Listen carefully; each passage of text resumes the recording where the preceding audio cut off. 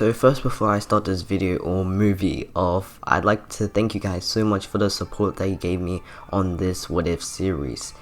The way that the channel was going at the time when the series was first put out, it wasn't really good.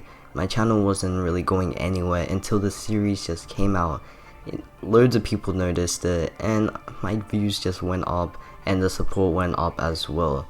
I just thought I had to thank you guys so much for the support that you've given me over the time, and now we're gonna try to get up to 7k subscribers. We're a little in a shaky part of the channel right now because my videos haven't been going like daily, weekly, but we'll try to get there. And now let's just get into the video.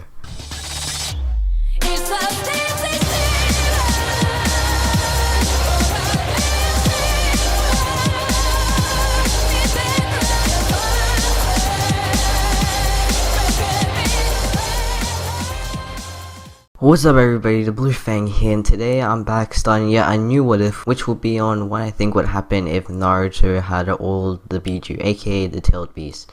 Also, what if Naruto was an experiment? Part 2 will be coming in the next video, so stay tuned for that.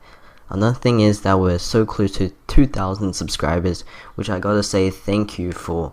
So like goal for this video will be 100 likes for the next part. Now I'll get into the background info soon, but before that, subscribe if you're new, hit that like button and turn on bell notifications. So with no further ado, let's get into the video. So the way this what if is going to go on is that instead of the tailed beasts separating to other villages, Hashirama will keep them in Konoha, making the leaf village the strongest village. Hashirama thought this would be a good way to secure his ideal way of peace, leaving no tailed beasts for any other villages, making the other villages grow some hatred towards the leaf. But as different generations go along, Tobirama decided to try to help the different villages, aiding them in war and other shinobi business, making the other nations trust the leaf village more. So many years pass along and we cut to the time when Minato is already set as Hokage, and sometime before the Nine Tails attack. Danzo, the elders, and Minato are currently talking about what they're going to do about all the jinchurikis who are really old now and dying, except Kushina. They discuss who will be the next jinchurikis for the Bijus in this upcoming generation. Some time passes and they realize they can't find anybody who will be suitable for the tailed beast, and all the leaf villages refuse to become a jinchuriki. Now leaf higher ups are in distress since if they can't find a jinchuriki quick, then once the current jinchurikis die, the tailed beast will be let loose in Konoha and go on a rampage. Minato finally says that he will volunteer to become one of the new jinchurikis, pleasing Danzo and elders since they have now found one. And if the leaf villages will not volunteer to become jinchurikis, then they might have to force some of them to do it. Now we cut to the day of the Nine Tails attack, a day before Minato was going to get a Biju inside of him. Also, Obito decides to let the Nine Tails out instead of the rest of the Bijus since Kurama is basically the strongest tailed beast and will do more damage to the leaf village. So the attack plays out like in the original with Minato and Kushina dying and Minato sealing the QB inside of Naruto. In the aftermath of the attack, Naruto is taken to safety, but Danzo has him in his hands now. Danzo has seen the seal that was placed on Naruto, which is the 8 trigram seal, and thinks of an idea that maybe he should seal the remaining Biju inside of Naruto, since the seal evolves once more tailed beasts are put inside. He wonders about his plan for some time, then comes to a conclusion that he should go with it. He tells Hiruzen first since he has become the 3rd Hokage again, and he also tells the elders, which they agree to Danzo's plan. But secretly what Danzo plans to do is to make a shinobi so strong that other villagers will fear Naruto and never attack the leaf village. So some days pass and the sealing process takes place, with baby Naruto getting the rest of the Biju sealed inside of him. Hiruzen really hopes that Naruto won't die from this since it could be too much for a baby and very risky. But for some reason he trusts Danzo to do this process correctly. First they seal the Shukaku, then Matabi, after that Isubu, and so on, with all the beasts getting sealed perfectly in Naruto. As they get sealed in, they see Kurama inside with Naruto, greeting him once again.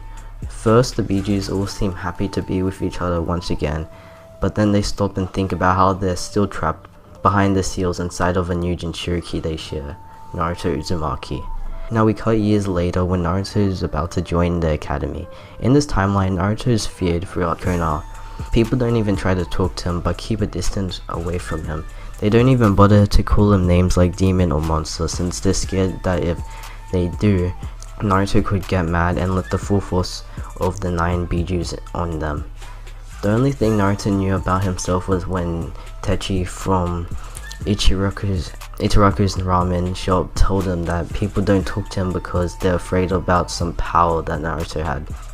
Naruto is the same person like in the original though, but craving more attention since nobody even talks to him. He also tries crazy stunts and also takes advantage of why the village fears him, trying to scare them that he'll kill them if they don't do what he says, which the Leaf villagers go along with it.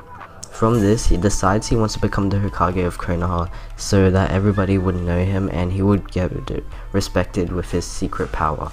But Naruto himself doesn't even know what kind of power he has inside of him until the day that he joins the academy. We cut to when Naruto enters the academy with everyone meeting their homeroom teachers, which Naruto's one is Iruka. He tries to go up to him to say hi, but Iruka ignores him, acting as if Naruto isn't even there, until they do their first test to see how strong the new academy students are, with Naruto and Sasuke going against each other like in the original.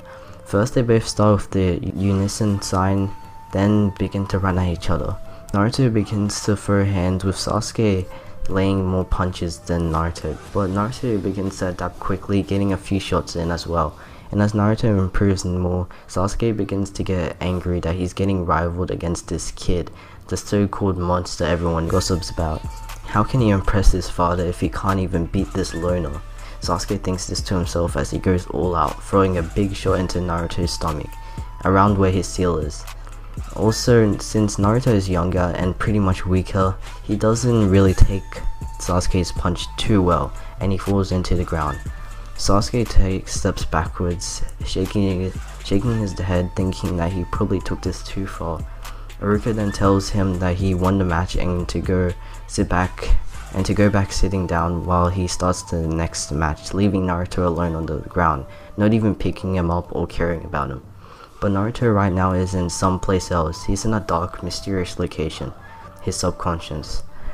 Right now, Naruto is surrounded by many different creatures in cages, all staring at him. At first, Naruto is scared, but then he realizes that this might be the place where his secret power is at. This is the place where the power people are afraid of is in. Naruto looks all around the staring creatures. Who are you guys? Are you the reason why people are afraid of me? After Naruto has said that, silence looms across the dark place, with Naruto still waiting for an answer, until someone decides to speak up. The Two-Tails Mitabi explains that everyone surrounding Naruto are tailed beasts who were captured and sealed inside of him. They also tell him that the tailed beasts are the power that the villagers of the Leaf fear. Naruto smiles and tells them that if they're inside of him, then they should become friends. All the Biju are in shock hearing this, since all of the jinchurikis they have been never thought of becoming friends with them. The ones who accepts Naruto and becoming friends with him are the 2 tails, 3 tails, 5 tails, 6 tails, 7 tails, and 8 tails beast. While Shukaku, Son Goku, and Kurama ignore him for now and still surprised that Naruto asks them to become friends.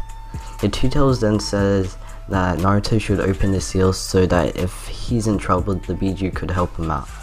They then tell him how to open it, which Naruto follows along succeeding to. But Naruto only opens the seals for the ones who decide to become friends with him. After that, Naruto wakes back up and sees the last sparring match taking place, and after it has finished, all the new academy students leave to go back to their homes. We cut to when Naruto is walking back to his place so he can relax now. But as he walks along, he sees shadows fly across the pathway. He slowly looks back and sees nobody. He keeps walking, but he's now a little alertive. The shadows fly across the pathway again, but this time the figures are holding kunais. Naruto quickly looks back to see nobody again. Now paranoid, Naruto picks up some pace and starts to do a little jog, getting faster. While he does that, the shadows multiply, indicating that there are more people coming his way. Now Naruto bolts down the path, picking up full speed, but as he does that, a a kunai comes flying at him, scraping the side of his face. As the kunai hits, a figure comes into Naruto's view and kicks him right into the face, sending him into the ground, tumbling. The mysterious figure lands on the ground, joined by 3 other people. So this is the Jinchuriki, right? He fits the description. Well, blonde, has whisker marks. I think we found him. The strange shinobi points a kunai straight at Naruto's face. Okay kid, you either come with us nicely or we do it the hard way. Naruto stares at this guy, getting angry. He wonders why everything bad has to happen to him. He doesn't have any parents, the village fears him and never talks to him. He has no friends, and now this? Naruto then sees that the shinobi has a weird different headband than the Hidden Leafs one, taking the side of 2 clouds on them, indicating that these shinobi are from the Hidden Cloud village, and want the jinchuriki of all 9 Biju to themselves. As Naruto gets more angrier, he unexpectedly shoots ink from his mouth, blinding the shinobi. The ink, which was the 8 Tails ability, latches onto the cloud shinobi, blinding him temporarily. After that, Naruto begins to feel a wave of adrenaline and energy coursing through his body. He begins to let out a barrage of punches at the blinded shinobi, but didn't really do anything. The other cloud shinobi then begin to take action on Naruto, going to take him down themselves. Knowing that he has no chance to defeat them, he hopes that one of the Biju knows what to do now, which one of them does know what to do and takes action to help Naruto out. The 7-tailed beast forms wings on Naruto, making him fly above the cloud ninjas. Unable to control it though, Naruto can't really get far away from his opponent, but he lands on a higher ground, and from there he runs away, escaping from the cloud ninjas. Now that is where I'm gonna end off the video for today. Hopefully you did enjoy, and if you did, remember to get this video to 100 likes for the next part. It seems that this what if is going to affect the story so much, and if you hit the like goal, then you'll see how much it will affect it. So like always, subscribe if you're new, hit that like button, and turn on bell notifications. It's been the Blue Fang, peace. What's up everybody, the Blue Fang here, and today I'm back with a new part of what if Naruto had all of the Biju. You completely destroyed the like goals, so of course I had to get a new part out quickly. Another thing is, thank you so much for 2,000 subscribers. I just can't believe we made it to that amazing goal. Also, I'll be doing a Q&A for my special, so get ready to comment some questions down below or in the community tab. The like goal for this video will be 200 likes for the next part. So right now, before we get into a recap, subscribe if you're new, hit that like button, and turn on bell notifications. Now with no further ado, let's get into the video. So last time we left off with Naruto getting attacked by some hidden cloud ninjas, since they wanted to get the jinchuriki of all of the tailed beasts for themselves. But he successfully escaped, and the cloud shinobis gave up since they didn't want to go too deep into the Leaf Village. Now Naruto is about to visit the Hokage office to tell Hiruzen about what happened to him. As he goes far into the Leaf Village, crowds of people stop what they're doing and run off, hoping to not get anywhere near Naruto. All Naruto does is smile because he doesn't need people to talk to him anymore. He's found a bunch of loyal friends that would help him out any day. Naruto continues walking until he makes it to the Hokage's office. He's about to step in, but some Chuunin level shinobi stops him from getting in. Whoa, hold up kid, you ain't going in here. The Chuunin shoves Naruto away from the door, making sure he doesn't come close to entering the building. Naruto tries to explain that some foreign ninjas tried to kidnap him, but the Chuunin doesn't want to hear it, because he thinks it's just another one of Naruto's tricks to get attention, which in reality, it's not. The Chuunin then tells Naruto to get out of here or he will give him a punishment, but Naruto continues trying to get into the office because it's really important for Hiruzen to know what happened. Now the Chuunin has enough and begins to wind up a punch to throw at Naruto. As he goes in for the punch, a silver blade flies into his neck. Blood shoots out from the wound, painting the floor red as the Chuunin falls into the ground, dead. Naruto looks around, trying to find where the blade came from, and he spots a shadowy figure from above. Naruto looks closer and sees that the person is wearing a mask. The figure then proceeds to disappear from sight, and Naruto takes off, heading back to his home quickly, so he could be safe from whatever killed the Chuunin. So the person who killed the Chuunin was an army member from Danzo's route. The reason he killed the Chuunin was because Danzo ordered that if anybody dares to touch Naruto outside of the academy, then they should be killed. Danzo is really protective of Naruto and wouldn't let anybody harm his so-called secret weapon.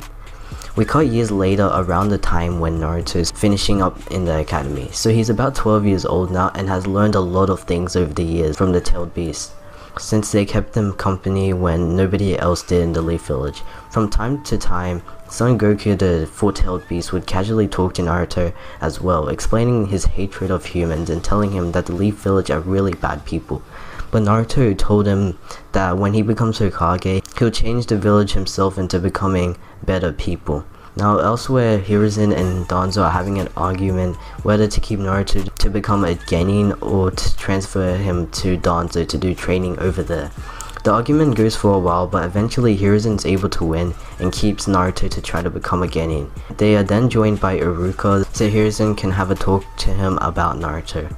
Hiruzen explains that he'll need Iruka to treat Naruto properly like any other students because he doesn't want Naruto to come out like Sasuke, someone who makes their goal revenge based.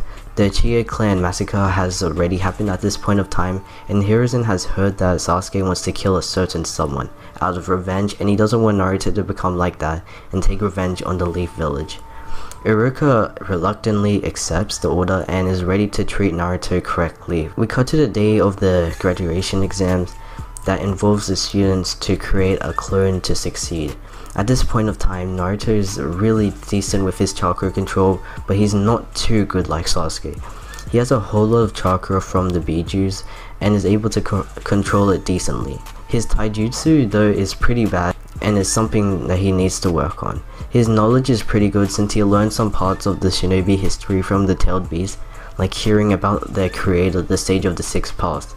Naruto keeps this knowledge to himself though and not telling anybody. Now it's time for the graduation exams, with every academy student doing well, even Naruto, as he makes a clone of himself fairly easily, impressing both Iruka and Hiruzen. He passes the exams and is able to get the forehead protector earlier than the original time he got it. Iruka even congratulates Naruto on the achievement, which kind of confuses Naruto since Iruka didn't really care about him before, but he takes it and smiles. After that, he is about to go back to his house, then he sees some kid running with a scroll. Naruto dashes in closer to get a better look since he's curious, but the mysterious kid begins to run faster with the scroll still in their hands. Naruto then calls for the Seven Tails ability to form wings on his back so he can fly. And yes, over the years Naruto has trained some of his Bijuu abilities and has gotten better at them, while the academy students didn't know about that and thought that Naruto just had decent skills. But he's not too good with the abilities, he just knows some of them. He uses his newly formed wings to get to a faster pace, so he can catch up with the person more quicker. He soars through the sky undetected until the person he was following stops and places the scroll on the ground. Naruto stops as well, getting to a high ground and making his wings disappear at the same time. The kid he was following then opens the scroll and does hand signs, and at that moment Naruto intervenes by diving at the person to make sure he doesn't do anything bad. He gets in range and knocks the kid away from the scroll. Inside of Naruto, the tailed beasts shout at him, saying why did he do that and that the kid had no evil intentions. Naruto replies that he just had to make sure. Kurama chuckles at that and calls Naruto an idiot. Also, he says that this is why he would never give Naruto any of his chakra since he's so reckless. Naruto ignores that and goes to ask the kid about what he was doing. It gets revealed to him that this student was from the academy who was also doing the graduation exams, but failed and was told by Mizuki to grab the scroll of stealing from the Hokage office, and that if he's able to learn at least one technique, he will pass. Naruto nods his head, and in his mind he thinks that if he was like that kid, he probably would have done the same thing. Naruto goes on to say that he won't tell anybody that the person stole the scroll if he's able to learn a few tricks from there as well. The kid says sure, and he and Naruto begin to learn some jutsus from the scroll of sealing. We cut to after they've learned different moves, with Naruto learning the multi-shadow clone jutsu like in the original, but sometime after that, Mizuki arrives and is ready to get the scroll for himself. But as he sees who the kid is with, he goes frozen, looking at the jinchuriki of all of the tailed beasts. No, not that Naruto kid. Mizuki mumbles under his breath in slight fear. Naruto then walks up to Mizuki, telling him that the person who he ordered is ready to pass the exams. Mizuki grins, thinking about how dumb Naruto must be to not get his real plan. While Naruto continues speaking, Mizuki begins to grab the large shuriken from his back, ready to slice at him. But at that moment, a silver blade flies straight into Mizuki's face. Naruto jumps backwards quickly, but more blades fly, but this time at him. He dodges them quickly though and unleashes a cloud of ink from his mouth, covering his whereabouts. Hidden in the ink, Naruto is really confused about what's happening, but he quickly gets ready for an incoming battle. He gets out of the ink, but that's when multiple Anbu members fly at him with blades in their hands. The Biju inside of Naruto see this and are preparing to help Naruto out. Using the Five Tails ability, Boiling Release, Naruto is able to increase his physical strength and chakra, going in at one Anbu with immense speed, shoving his fist into their stomach. The attack from Naruto throws the Anbu straight into a tree, getting knocked out. But at that moment, another Anbu member comes from above Naruto with a blade in their hands, ready to strike. Naruto sees this quickly but doesn't try to dodge the attack, but catches it, placing his hands on the silver blade while using his boil release to melt it. He then uses the Three Tails Isubu's illusionary mist to finish off the Anbu, making them unable to fight anymore. He does this again to every other Anbu that is there, securing his victory for now. From a distance, Danzo watches on, pleased to see how Naruto handled all of that by himself. To Danzo, this was a test to see if Naruto was slacking when he was put in the academy, but it looked like he wasn't slacking. He leaves to go back to his base to plan more things, getting ready for the day when he could finally shape the leaf in his own image, using his secret weapon. A day later, the new Genins get ready to see what kind of teams they are put in. Naruto gets really excited but is afraid at the same time, since he's thinking that people probably won't even talk to him in the team, and maybe even the team captain won't even notice him. That's what he's afraid of. In the room, everybody calms down while Iruka is getting ready to announce the new Genin squads.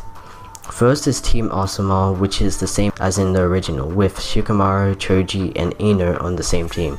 Next is Team Kurenai, which the team members are Kiba, Shino, and Sakura. Yes, this time Sakura is not in the same team as Naruto.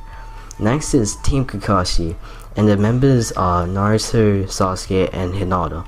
The reason why Team 7 is like this is because Naruto isn't too good in taijutsu, chakra control, and jutsus.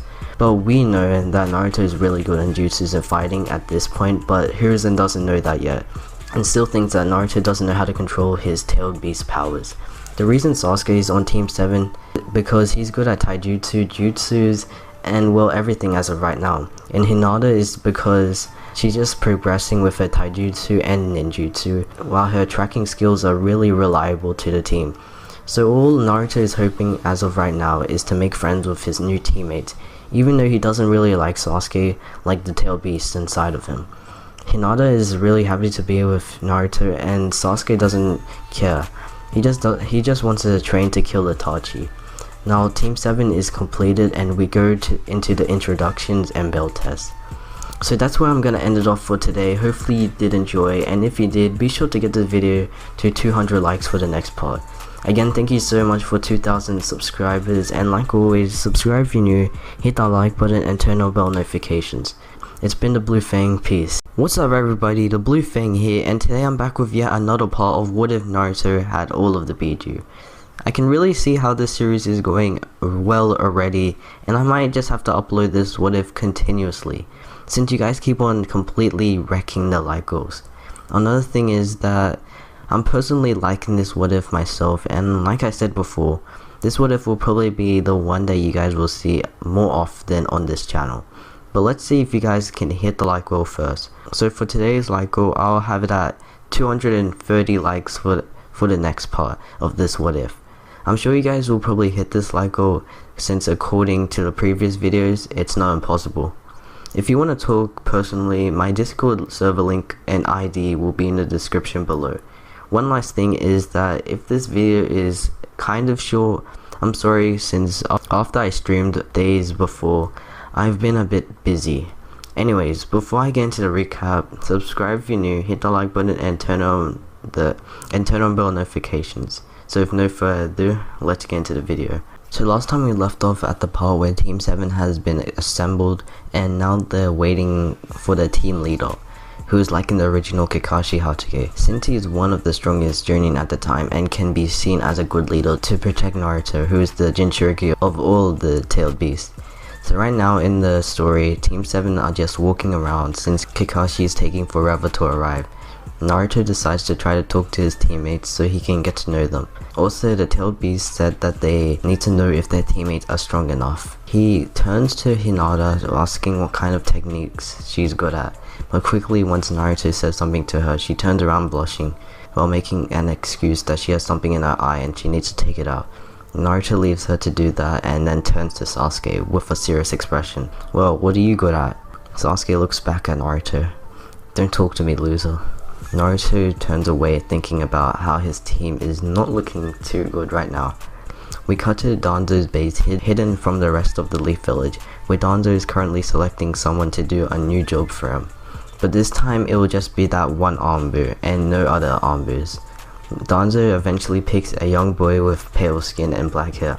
"I need you to track down Naruto's teammates and test their abilities. If they're not good enough, they wouldn't be able to defend my secret weapon. If they are like that, kill them. You got it, Sai?"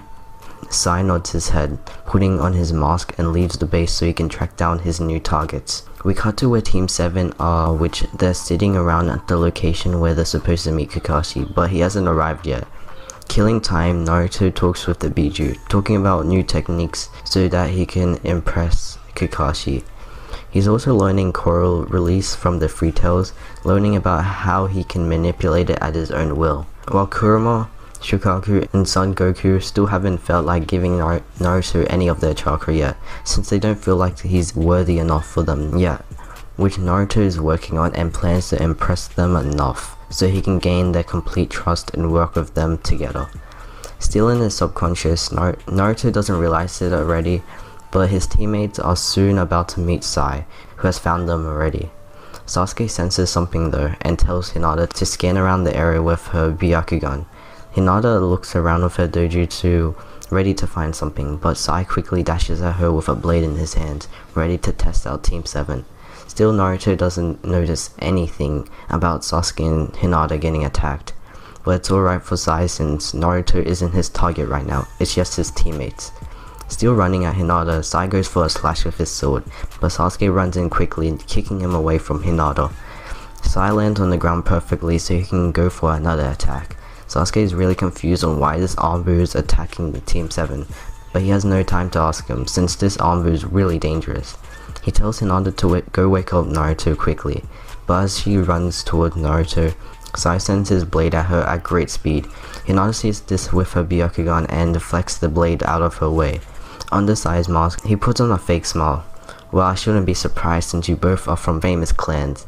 Sai then turns to Sasuke. "Well, you're one from a famous clan, before they all got killed though." Now Sasuke is heated, and his expression has turned beyond angry. He takes out 2 kunai each on one hand and runs at Sai. Knowing that this strange person is strong, Hinata leaves Naruto for now and goes to help Sasuke out, while Naruto is still practicing with his coral release with the Free Tails, and Kakashi hasn't even shown up yet. Sai continues to attack while dodging both Sasuke and Hinata's attacks. He then takes out his scroll and paints multiple birds, while hiding explosive tags on them. He sends the birds at Hinata and without knowing about the explosive tags, she just cuts the birds down with her hands. But as she does that, an explosion occurs, sending Hinata flying, and as she is about to hit the ground, someone catches her. She slowly looks up and sees who it is, and to her side it's Naruto. He places her on the ground while she is able to form a small smile as she closes her eyes. "I'll take it from here now." Naruto stares at Sai and remembers the Anbu who attacked before looked like him. He also tells Sasuke to move aside, but Sasuke, who is still angered from what Sai said, doesn't listen and tells Naruto to shut up. Naruto just shrugs as he gets ready to battle this strange Anbu. Sai points at Naruto. "I'm not planning on fighting you today." Naruto replies back saying he doesn't care and chooses to fight Sai either way. Naruto then dashes at Sai using the 5 Tails boil release to increase his speed more faster than before. Now Sai is having trouble keeping up with Naruto now since of the speed he is going at. Once Naruto gets in Sai's range, he uses the coral release ability he learned and sticks coral on Sai, making him fly into the ground and unable to get up. Naruto then crouches down next to Sai and takes off his mask. He then tells Sai to tell him why he's doing this, but with the curse seal on his tongue he's unable to answer the question, so he doesn't say anything. Naruto decides to ask the question again but louder. Sai continues to keep his mouth shut while he secretly paints tigers on his scroll. When he's ready, he sends the tigers at Naruto, distracting him while he uses all of his might to get up, even with the corals still attached to him. But he successfully escapes, leaving Team 7 with no information on Danzo's plans. Sasuke looks at Naruto, processing what he just saw: the increased chakra, the coral. How many tricks does Naruto have left? Sasuke thinks this to himself and realizes that Naruto is strong, probably stronger than him. He thinks that Naruto must have trained hard to reach this level of power, and begins to respect him a bit more. Hinata, still knocked out from Sai's attack, hasn't seen anything that just happened, but probably still thought that Naruto could win. We cut to a later time when Kakashi has finally arrived and Hinata has already woken up. They already went through the introductions and goals, with Sasuke saying how he wants to kill a certain someone, and Naruto wants to become Hokage so the village can respect him, and Hinata wants to prove herself to the Hyuga clan. Kakashi, not like the rest of the shinobi of the village, actually thinks that Naruto might has a chance to become the Hokage, since he knows that Naruto has all of the tailed beasts inside of him, and if Naruto learns how to control his power to the absolute limit, then he'll become a very powerful and worthy Hokage. Kakashi goes on to talk and explain about the bell test to Team 7, telling them about the rules and how to win. Inside of Naruto, the tailed beasts try to think of a plan to help Naruto out, while Sasuke is thinking of teaming up with Naruto since he's strong, and Hinata wants to team up with Naruto as well. So basically everyone wants to team up with Naruto right now because of loyalty, and since he has nice abilities, and also because of personal feelings for him. Kakashi then shows Team 7 the way to the bell test while making sure to keep an eye on Naruto and his surroundings, since he heard from Team 7 that an Anbu attacked them, and Kakashi is making sure that no other Anbu comes to attack his team. Now we cut to someplace else, a dark place. There, a group of people discuss their target that they're looking for. The Akatsuki talk about when they'll finally make an attack on the Leaf Village, so they can capture the jinchuriki of all of the tailed beasts, Naruto. So that's where I'm gonna end it off for today, guys. Hopefully you did enjoy. I know this might have been a short part, but I was only setting up things that will happen in the next part. And if you do want a part 4, be sure to get this video to 230 likes. I promise that the next part will be longer, and it'll be filled with so many things. So like always, subscribe if you're new, hit the like button and turn on bell notifications. What's up everybody, the Blue Fang here, and today I'm back with yet another video on what if Naruto had all of the Bijuu. It seems a lot of you guys really love this what if, and I have no plans of forgetting or leaving this what if as well. So since you guys completely demolished the like goal last video, I'll have to crank it up higher this time. So for today's video, the like goal will be 300 likes for the next part. Now before I get into the recap, subscribe if you're new, hit the like button and turn on bell notifications. So with no further ado, let's get into the video. So last time we left off with Naruto saving both Hinata and Sasuke from Sai, who quickly escaped from Naruto. Also, Team 7 have just met Kakashi and now they're heading off to do the bell test. Now let's just get back right into the story. While walking to the bell test location, Sasuke decides to walk up to Naruto and ask him if they could both team together to get the belts. First, Naruto is slightly confused on why Sasuke would want to team with him, but he then thinks that they would finish the test quicker by teaming together anyway. So Naruto accepts and decides to ask Hinata as well if she wants to team up with him and Sasuke. Hinata quickly says yes, and in front of them, Kakashi listens in, smiling from under his mask, and wondering if this is the one team who would prove themselves to be worthy to pass the test. We cut to when they've all started the bell test, with Naruto, Sasuke, and Hinata all taking their positions. Also, the tailed beasts inside of Naruto have given him a plan to follow, which Naruto told both Sasuke and Hinata what it was, and they agreed to take part in it. From hiding in the bushes, Naruto swiftly comes out with a gleaming smile on his face, ready to take the belts from Kakashi. He keeps on running, and then using the Seven Tails abilities, he forms wings on his back to gain height and space from Kakashi. First, Kakashi is surprised to see wings on Naruto's back, but he then remembers that it's from the Seven Tails inside of Naruto. Kakashi stares up at Naruto ready for whatever's coming at him, but just like that, Naruto from the air rains down ink at Kakashi and the whole area, covering his and everything's appearance.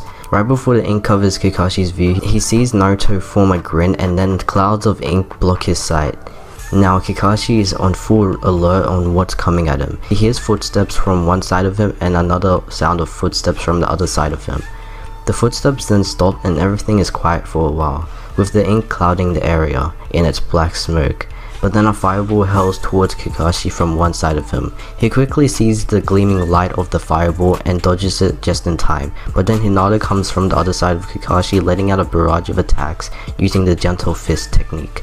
And since she could see chakra from the Byakugan, she can easily see Kakashi through the ink, and right before she attacked, she told Sasuke where to aim his fireball. Using the gentle fist, she is able to get one of Kakashi's chakra points, stunning him in place for a while. And since she's pretty quick, Kakashi still can't really see where she is. After that, Hinata jumps back outside of the ink quickly as the ink finally disappears, letting Kakashi see the light again. But as it vanishes, Naruto swiftly comes down at Kakashi, still using the Seven Tails wings, and also using Boya release to increase his chakra, making him faster, since his target is the bells. He flies down at Kakashi, reaching out, but Kakashi reacts to Naruto quick enough to dodge. But Naruto is able to touch the bells with his fingers, but not grab them. He falls into the ground with his wings vanishing as well. Sasuke and Hinata run over to Naruto to see if he's alright, and from a distance, Kakashi smiles inside of his mask. Nice work, team. You almost got the bells, but I would still say you passed the test. Naruto, Sasuke, and Hinata all stare at Kakashi at the same time, with their eyes widened in shock. Kakashi goes on to explain to them that the bell test was about teamwork and is surprised that he didn't even have to tie one of them onto a log. The team will smile in joy, which Sasuke quickly stops since he wants to act more serious. Kakashi then announces that they're all officially Team 7, giving them a thumbs up. So after Team 7 have been doing a few small missions, Danzo has been acting a bit sketchy around the village, and Hiruzen's noticed it as well, since there has been reports of Anbu attacks. Also, Kakashi told Hiruzen about one of the Anbus that attacked Team 7, which we know who it is, which is Sai. Also, the attacks have been all connected to when Naruto was in the area. So Hiruzen thought of making Team 7 go off on a mission outside of the village to see if the Anbu were actually targeting Naruto. If they were, there wouldn't be any attacks for a while since Naruto is out of the village.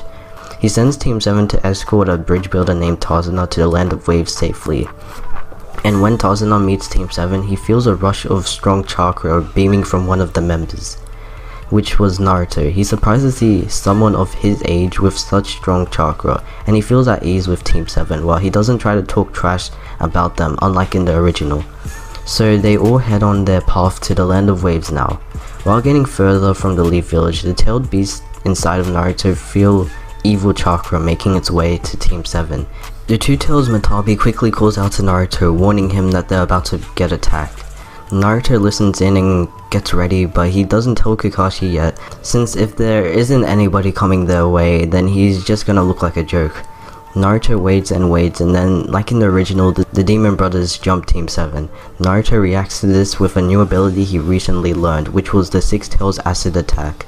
He shoots the acid with his hands at the Demon Brothers' weapons, burning them on contact.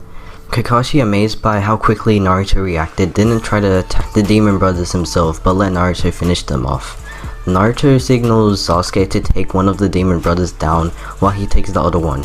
Sasuke nods his head, smirking while easily finishing off his target.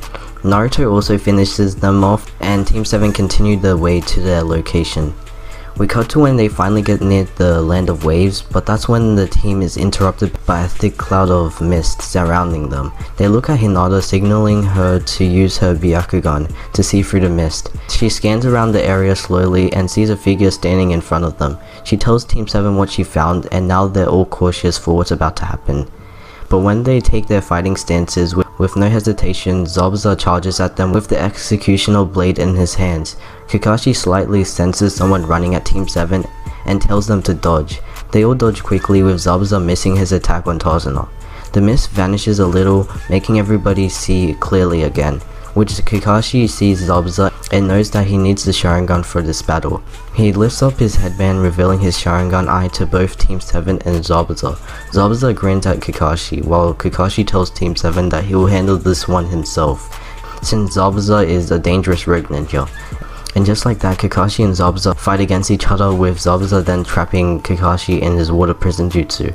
Now the people left to protect Tazuna are Naruto, Sasuke, and Hinata. Zabuza creates a water clone to support him while he keeps his hand on the water prison, making Kakashi unable to fight. But he's surprised that Kakashi isn't in despair or telling the rest of Team 7 to run. Zabuza decides to ask Kakashi what's up with these genin. Kakashi replies saying how Zabuza will see what will happen. Inside of Naruto, the tailed beast asks why Shukaku, Son Goku, or Kurama are not helping Naruto yet, since Zabuza is clearly a strong enemy who beat Kakashi. Shukaku says how he'll help Naruto when he feels like it, and Son Goku explains that he will help Naruto when he is worthy of his chakra, while Kurama stays quiet and relaxes. Back to the Zabuza battle, Naruto forms shadow clones, and using Boya release, he upgrades the chakra on them, making them stronger and faster. He sends the clones at the Zabuza clone while explaining to both Sasuke and Hinata that he'll distract the clone, and they finish the real Zabuza off themselves, since Naruto doesn't have that much chakra left, since he combined his clones and Boya release together, which took up a lot of his chakra. When attacking Naruto's clones, the Zabuza clone notices that the clones aren't just ordinary shadow clones, but they feel stronger and faster. Sasuke and Hinata then charge at the real Zabuza, who is holding Kakashi in his water prison. Once they get in range, Sasuke lets out some attacks at him, distracting Zabuza while Hinata gets ready to use the gentle fist to hit his chakra points so she could stun him and mess up his chakra. They successfully do it, with Hinata completely messing up Zabuza's chakra, and with that, he loses control over the water prison, letting out Kakashi. Kakashi throws a thumbs up to Team 7 as he goes to end Zabuza himself. Also, the Zabuza clone that Naruto was going up against has been defeated, and now Naruto falls to the ground tired from using up most of his chakra. As Kakashi walks up to Zabuza to deliver his killing blow, multiple Senbon needles all shoot into Zabuza's body, making him fall into the ground. And at that moment, Haku comes in and explains that he has taken care of Zabuza already and is here to collect him. But first, Hinata uses the Byakugan to check Zabuza, and as she notices that Zabuza is not dead, she quickly alerts Kakashi. Haku hears what Hinata is saying and throws Senbon needles at her as well. Haku then swiftly takes Zabuza's body and gets out of Team 7's sight. Kakashi picks up Hinata while he tells Sasuke to go wake up Naruto. Tazuna then explains to Team 7 that as a gift for helping him, he will let them stay over at his place for now. Kakashi accepts, and Team 7 go on to Tazuna's place. So that's where I'm gonna end off this video for today, guys. Hopefully you did enjoy, and yeah, I'm trying to not make Naruto too OP in this what if, even though he has all of the tailed beasts inside of him. Also, soon he will gain the 1 tails, 4 tails, and 9 tails powers, but soon he will get those powers.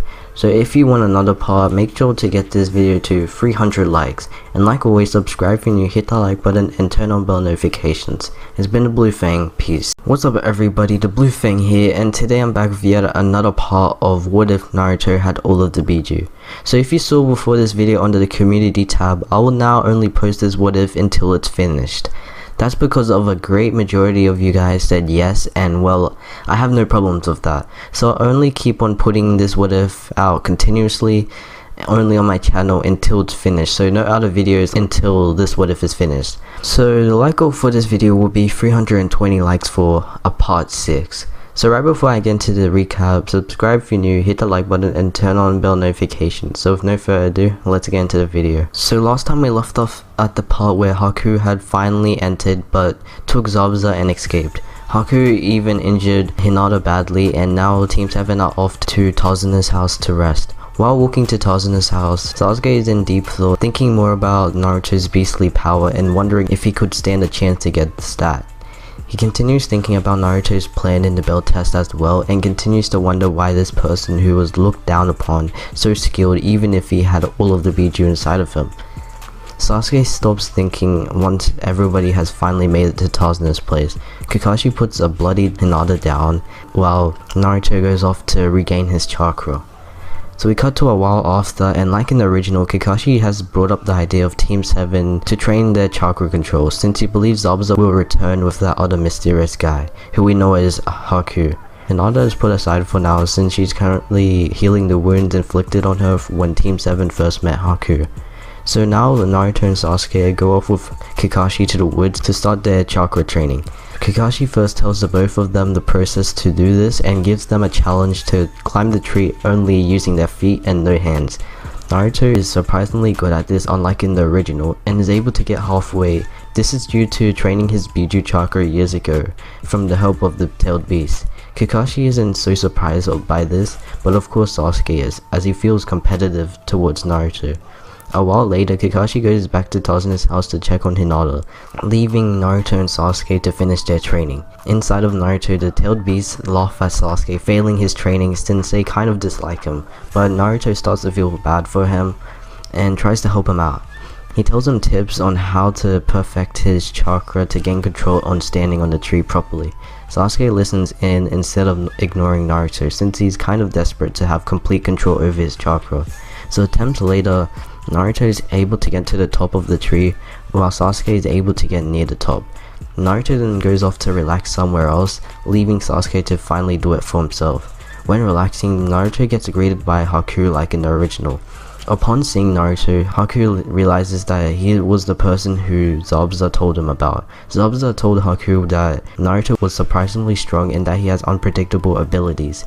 And if he ever sees him by himself, it's good to get rid of him quickly before he gets stronger. Haku now knows what to do, remembering every detail about Naruto that Zabuza talked about. First, Haku distracts Naruto, telling him to pick up something from the ground for him. Naruto goes to do that, and with his back turned, Haku gets out a kunai ready to complete his job. But when Haku does that, a grin appears on Naruto's face. The grin grows wider as well. He actually thought you could trick me, huh? I'm only going to say this. I have friends who tell me which people are bad or good, and guess what? They just told me that you're bad. Naruto disappears from Haku's sight and reappears standing on a tree. Haku is surprised by this but keeps calm. He then looks up at Naruto. I wasn't here to battle you, I was here to silently kill you. But we will have a battle soon, now let's meet again. Just like that, Haku disappears and Naruto gets down from the tree. He has a saddened look on his face since he was really hoping to fight Haku with his new chakra control. But he soon leaves to meet back up with the rest of Team 7. We cut to the next day when Sasuke has finally completed his training and Team 7 are heading off to the bridge so Tazuna can finish his work. Except Hinata, who is still healing her wounds. While walking, Kakashi reminds Team 7 about staying cautious about enemies since Naruto had already explained to him about his run-in with Haku, and also Haku's warning about him and Zabuza making a return. But sometime later, like in the original, Zabuza and Haku do return, and this time Haku starts off by quickly targeting Naruto since he's pretty much a big threat to their plans. Naruto doesn't easily see this attack and Haku successfully lands a hit on him, throwing him into the ground. Haku prepares to go for another hit using the same speed as before, but Sasuke is able to use his newly learned chakra control to catch up to Haku's speed and blocks his attack from hitting Naruto. Naruto slowly gets back up and is impressed to see the new speed that Sasuke had acquired.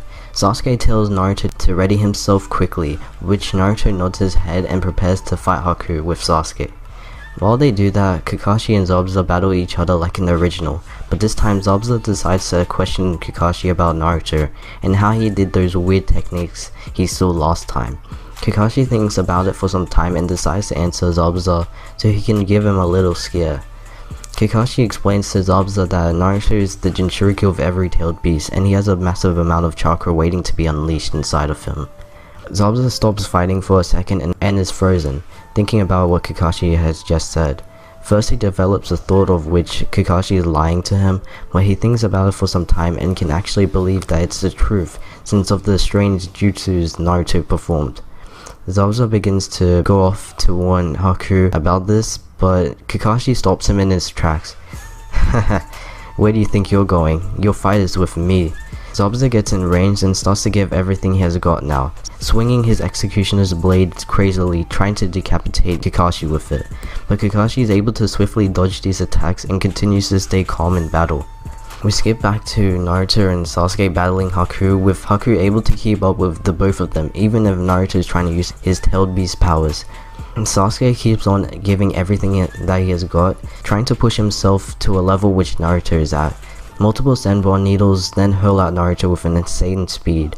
Naruto barely reacts to this attack and is able to melt away some Senbon by shielding his body in boil release. But he barely does it and a few needles hit him hard.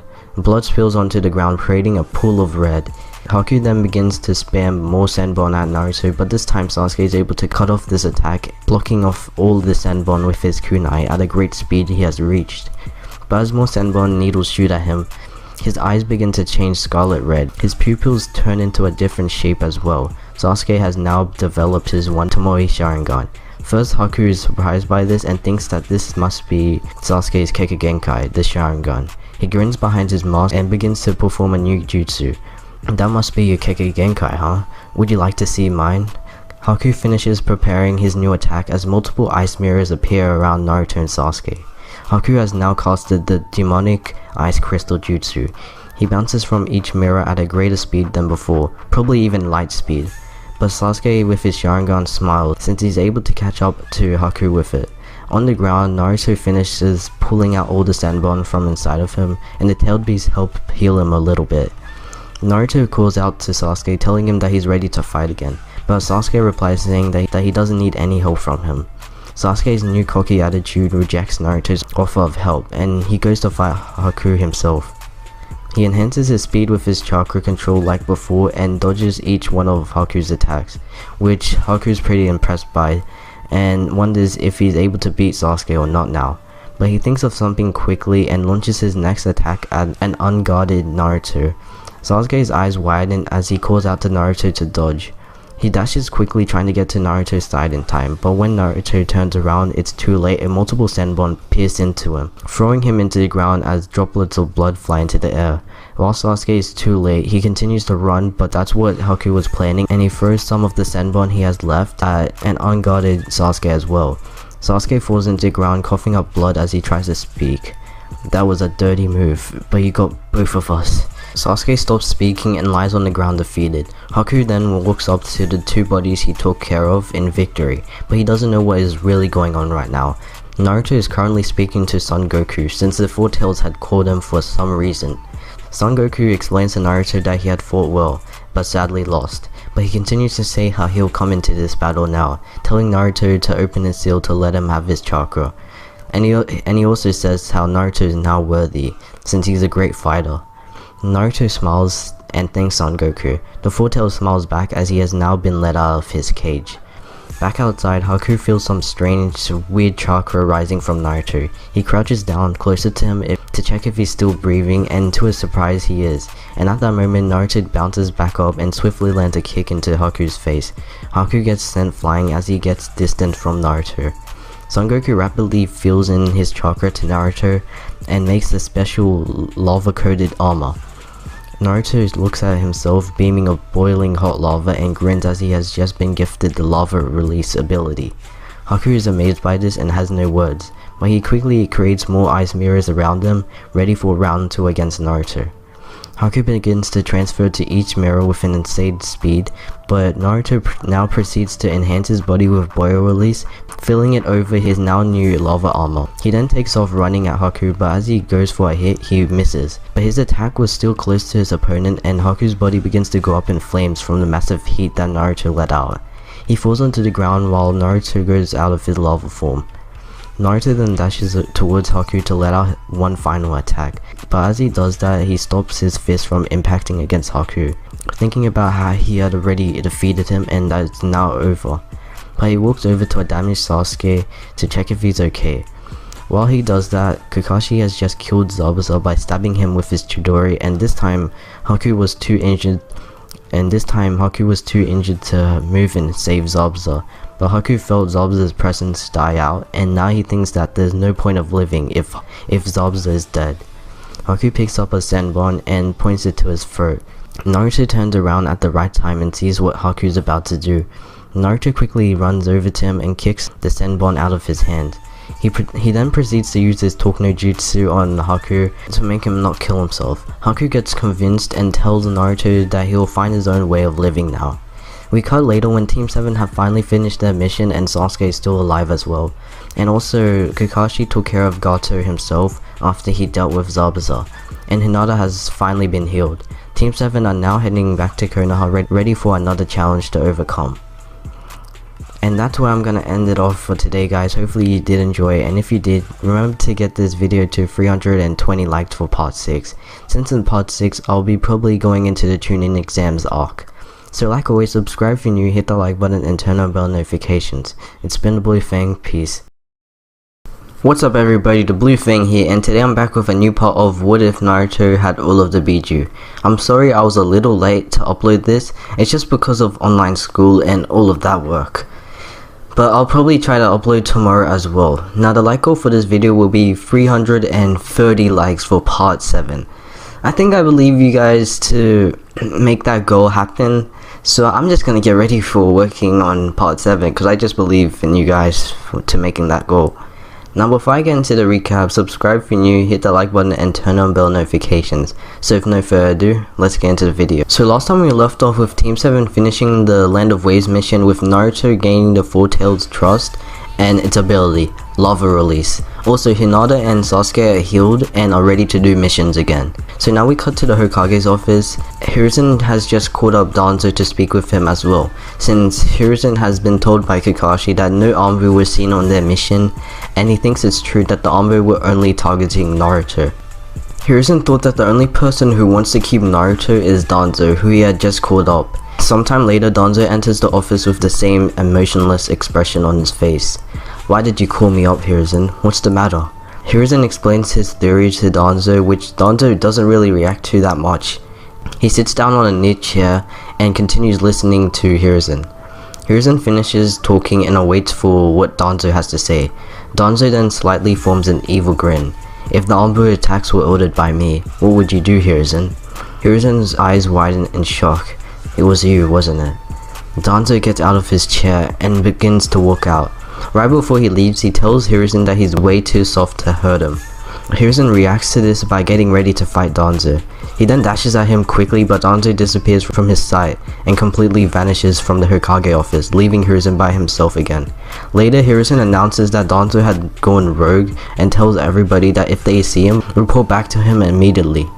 Even though the Chuunin exams are coming up, he still keeps it on since he knows that many genin probably have trained very hard for the exams and he doesn't want to cancel it for them. He also will let Naruto take part in the exams if he wants to, since he sees this as a way to grow his powers. But they will have high security and have Kakashi warn Naruto of Danzo as well. So we now cut to when Team 7 get told about the Chuunin exams by Kakashi, and that they have only a few days to get ready and train themselves. The team also get told that they have to continue to keep up their teamwork, since there's a part in the exams that you need to work properly with your team. He then tells them good luck and Team 7 go to train for the exams, but Kakashi calls Naruto back to have a word with him. Kakashi explains to Naruto that he will need to watch out for any mysterious people like the Anbu that were ordered to attack him. He also adds in that Naruto shouldn't unleash all of his abilities and go too hard on the other genins, only if he really needs it though. Naruto nods his head and is pretty hyped for the exams. He goes off to train, and when he meets Hinata on the path, he tells her she better put everything she has got into this training, also saying that she has to try to create a new technique as well. Hinata nods her head, and this time not shying away from Naruto, gives him a thumbs up since she's hyped for the exams as well. They both go on their own ways and start training for the Chuunin exams. So we now cut a few days later with Team 7 ready to start the Chuunin exams. They all meet up first and walk off to the location of the exams. Once they make it there, they walk in to see a crowd of genins standing around ready to take part in the exams. From there, they make their way further inside, and like in the original, Sasuke easily sees through the genjutsu that was put on the door. He then decides to get into a fight with one of the guards, but Rock Lee stops them quickly, revealing his speed to everyone, including Team 7. Naruto is pretty surprised by their speed, but he forms a grin, thinking that he now has a challenge. After that, Neji and Tenten walk over there and tell Rock Lee that he ruined their plan of trying to look weak so they could surprise their opponents.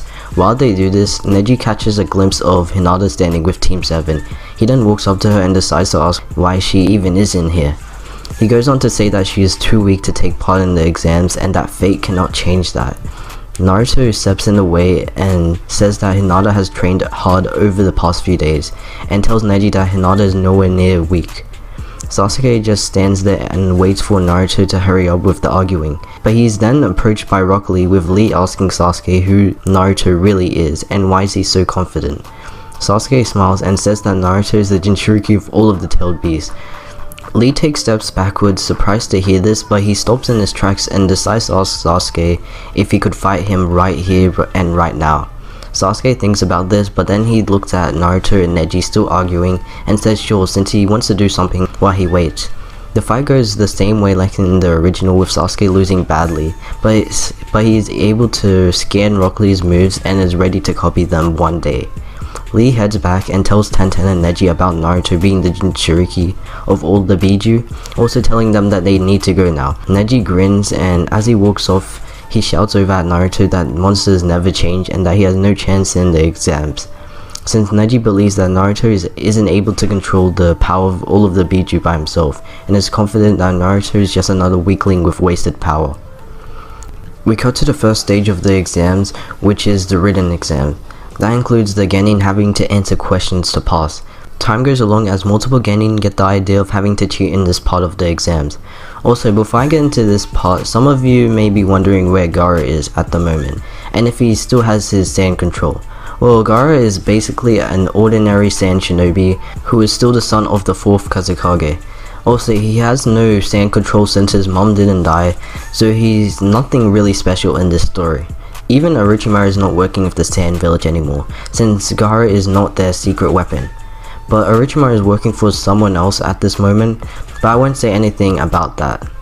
So back to the written exam, Sasuke has now gotten the idea of cheating and has activated his Sharingan for it.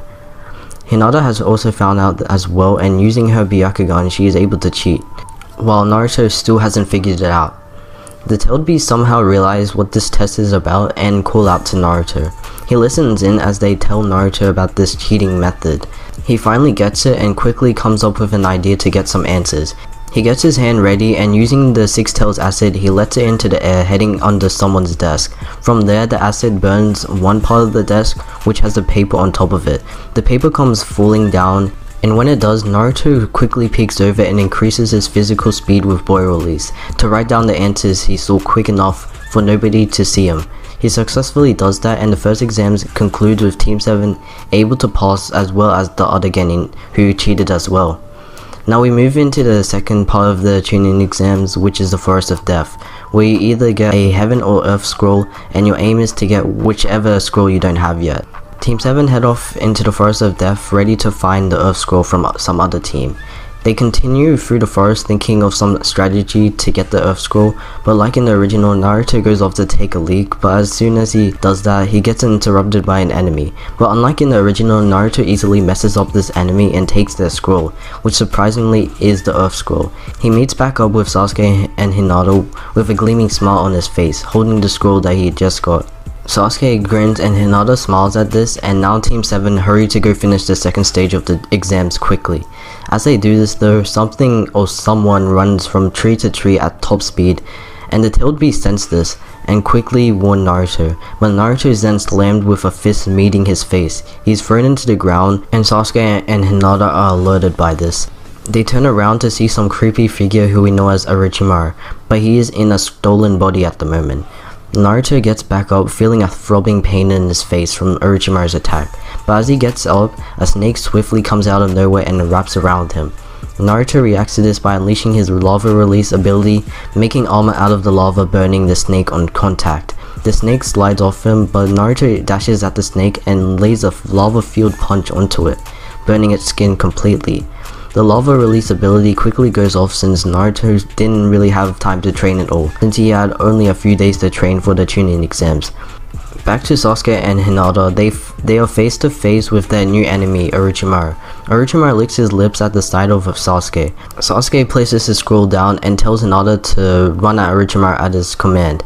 3, 2, 1, go! Sasuke and Hinata race at Orochimaru at their top speed, but once they do that, Orochimaru uses his ability to paralyze them in place.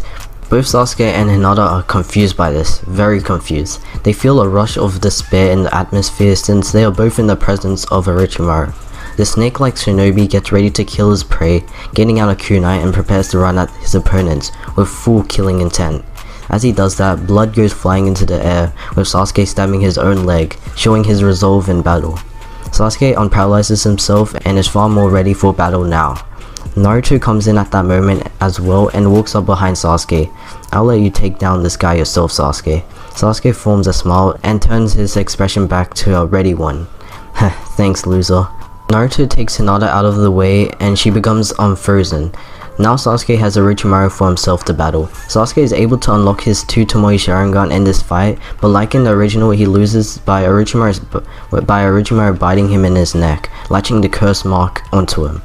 Sasuke falls down unconscious, and Naruto, seeing this, gets him angry since he trusted Sasuke to win that fight. He realizes that this shinobi is like no other and sees this as a chance to use his Biju abilities at full extent.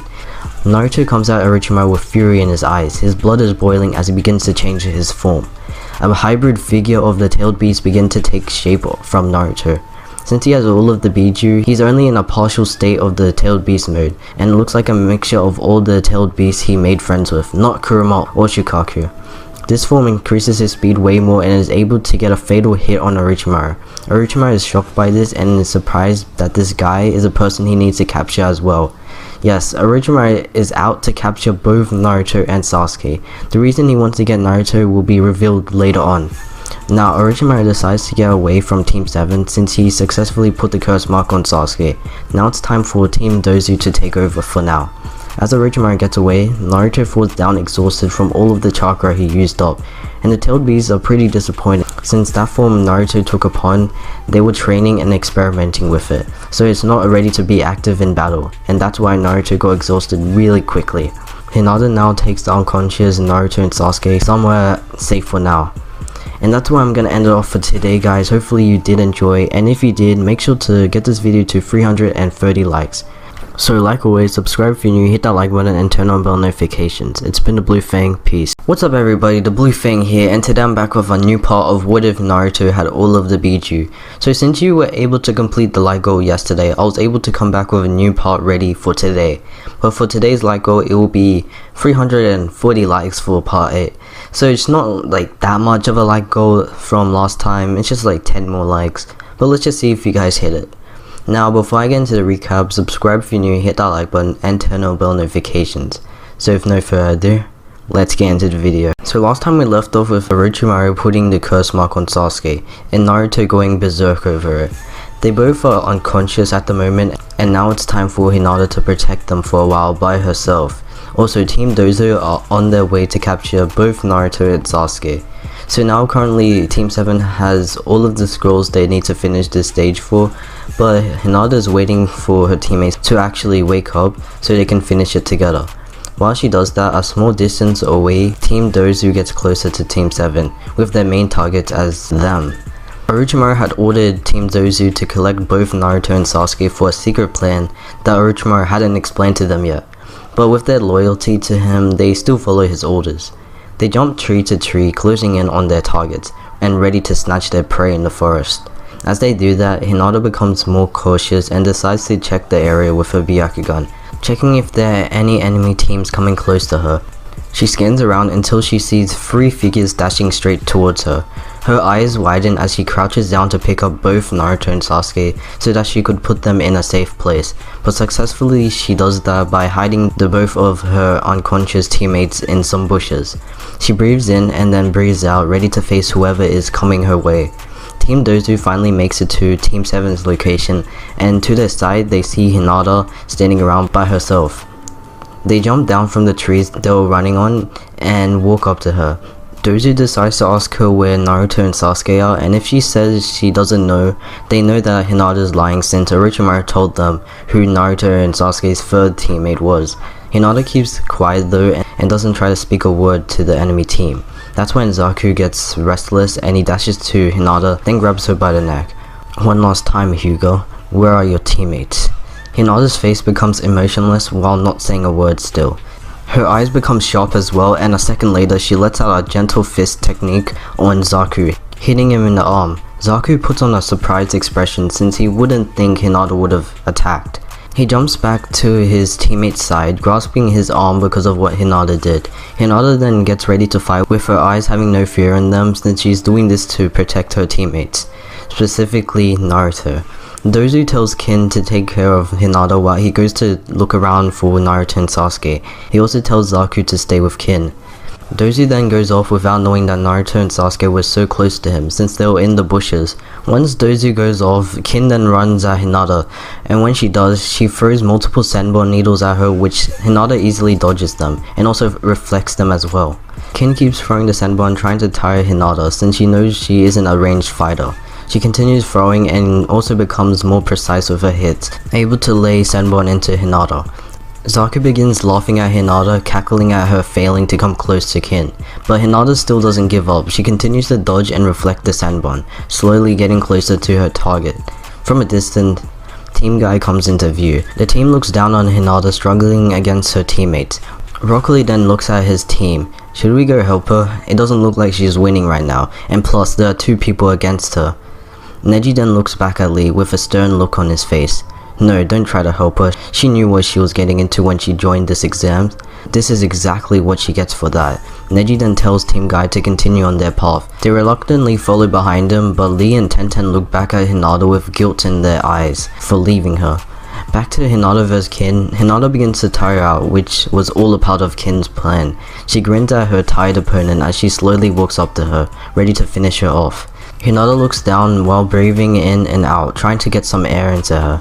She then looks back up and gets ready for a battle again. Kin, now surprised to see her opponent back up and ready to fight again, doesn't know how Hinata is still going, but she proceeds to go finish her off. But as Kin gets closer, Hinata now sees this as a chance to use her new technique that she worked on. She wanted Naruto to see this first since he was the one who told her to make a new technique, but she'll use this technique to protect both Naruto and Sasuke, even though they can't see it.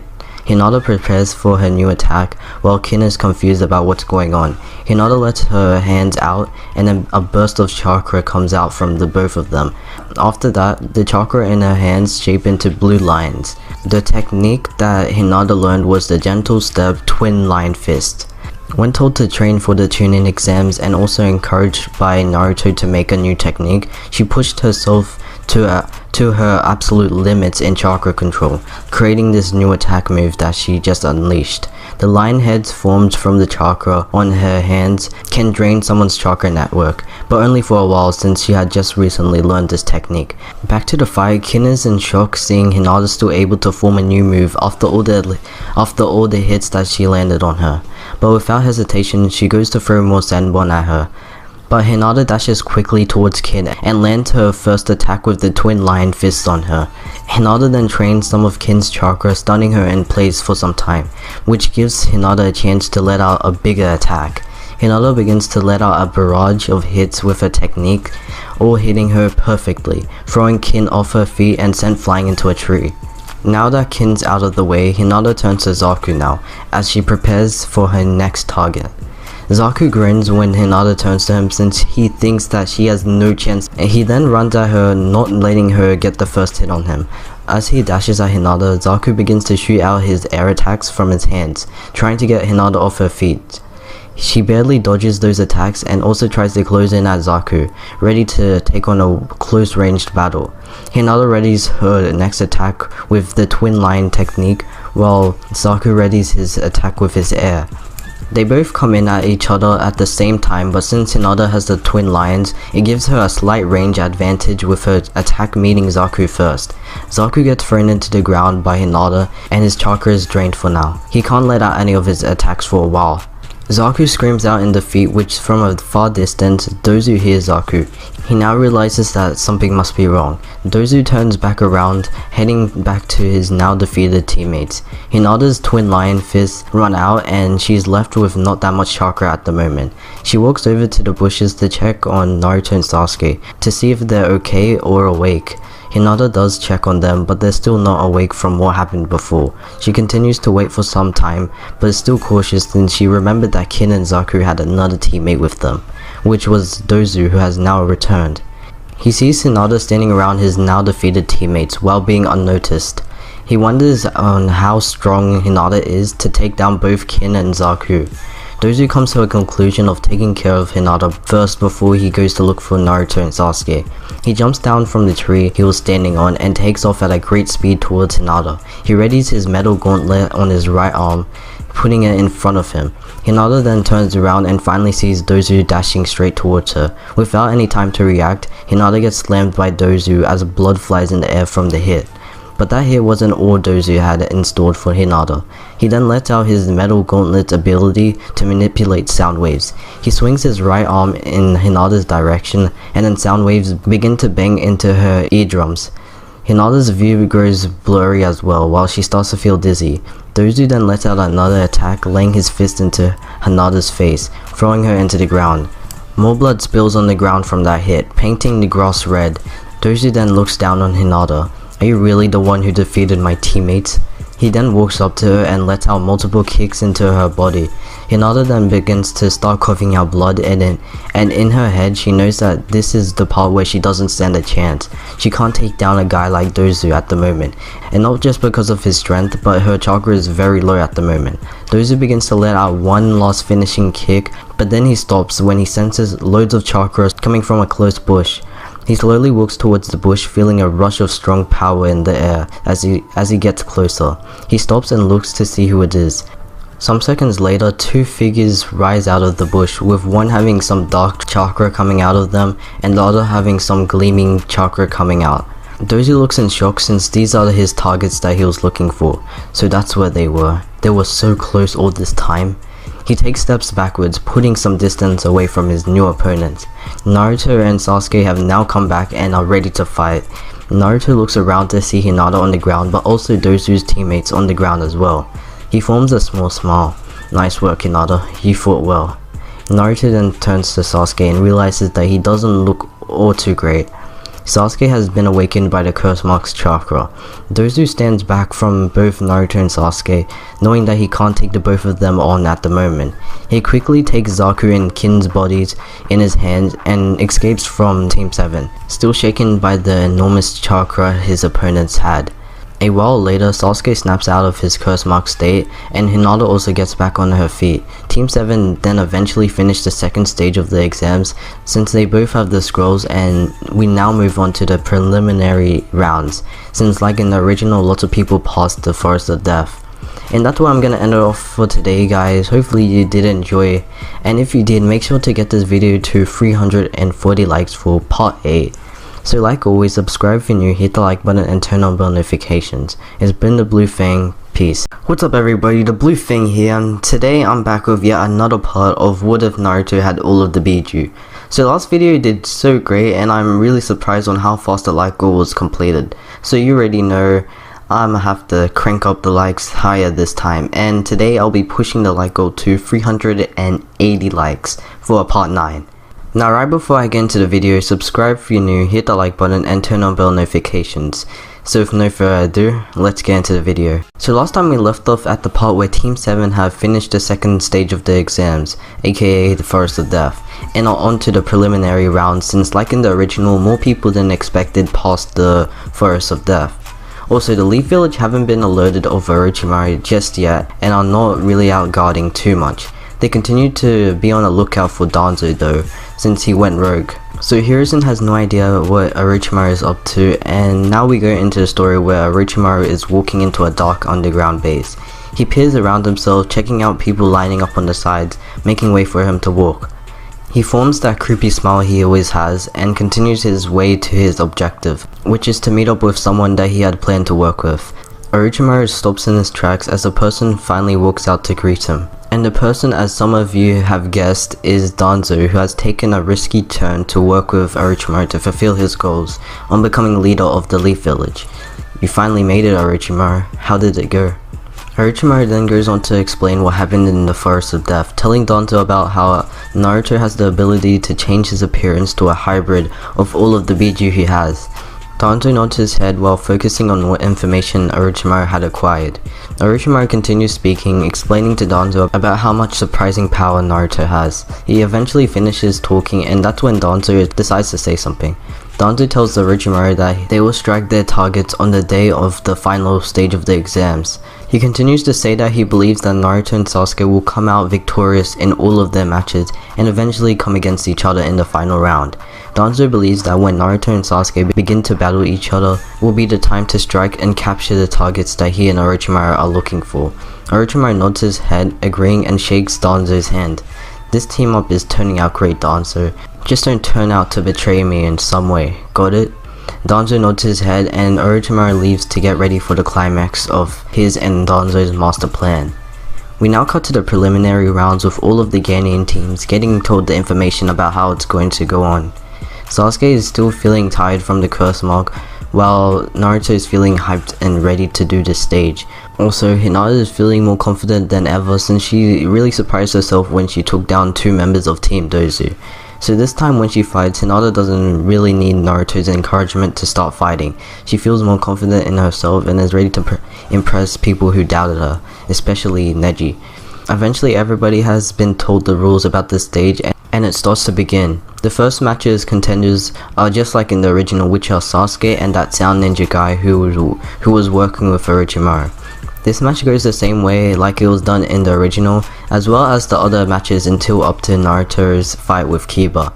The only parts that were changed in the earlier matches were that Zaku had the use of both of his arms against Shino. I still believe that Shino would have won that fight with his bug tricks. Also, Kakashi has taken Sasuke someplace else since he has seen the appearance of the strange curse mark that lays on Sasuke's neck.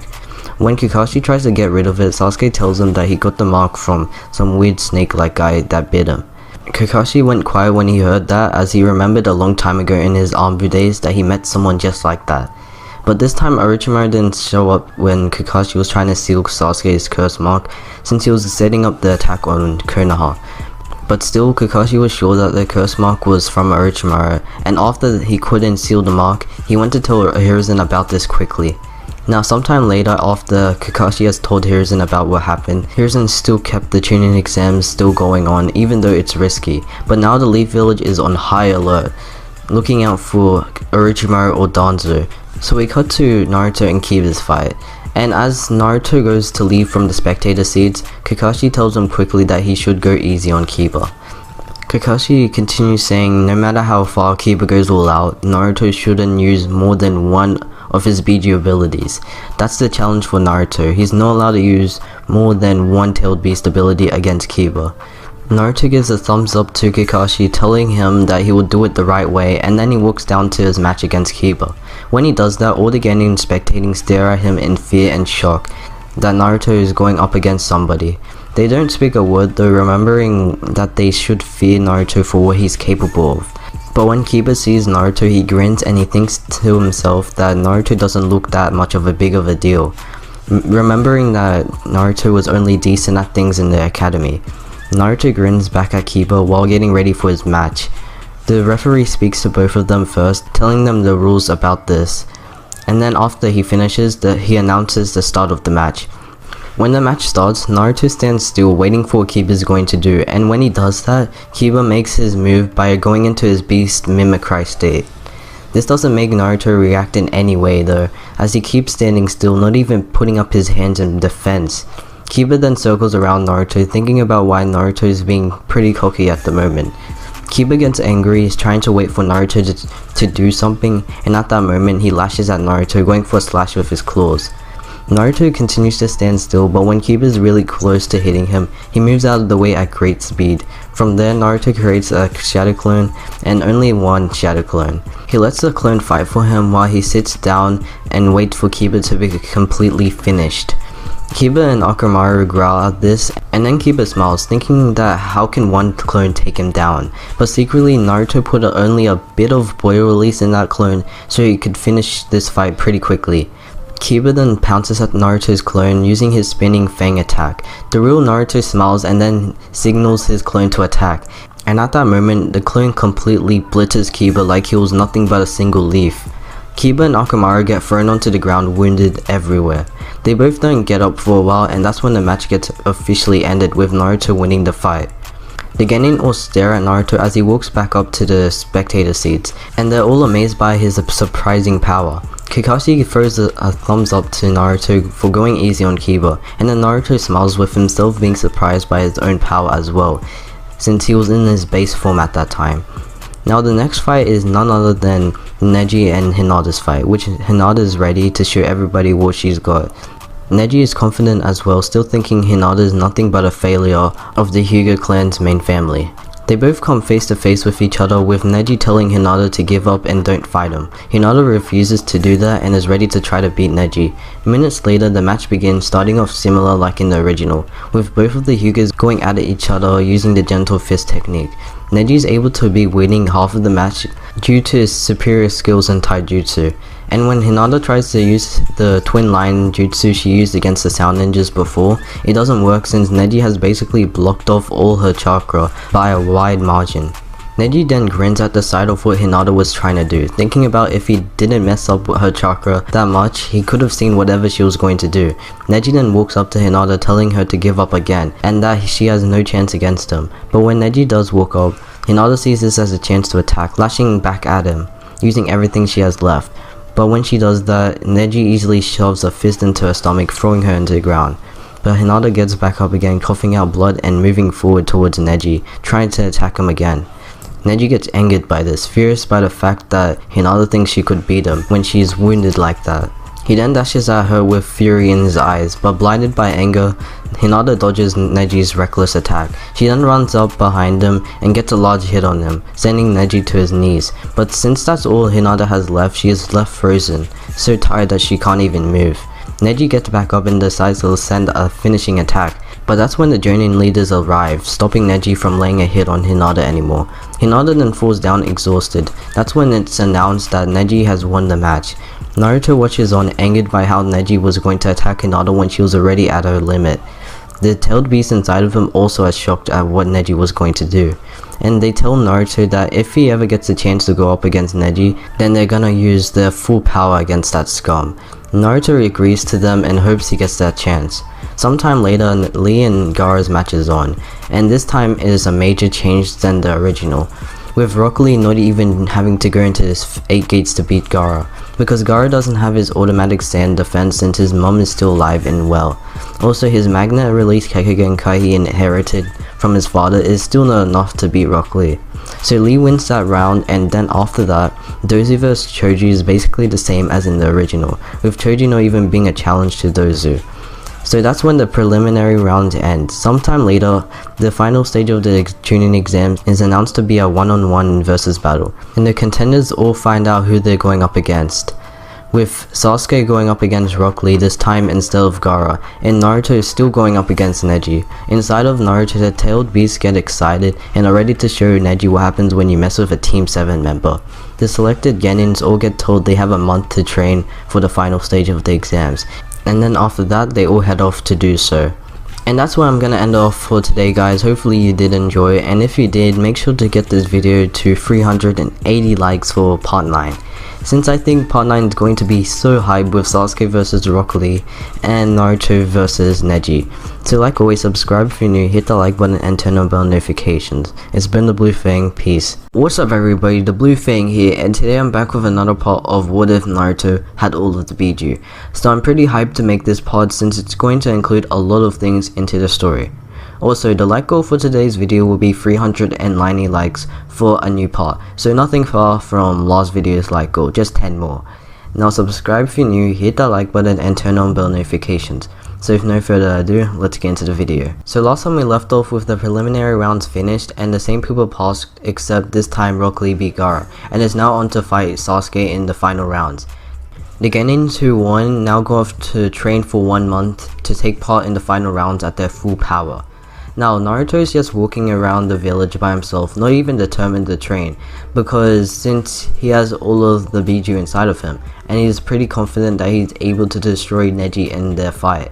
Also, Kakashi took Sasuke to train him privately, and he just left Naruto with telling him he has full on faith in him to win.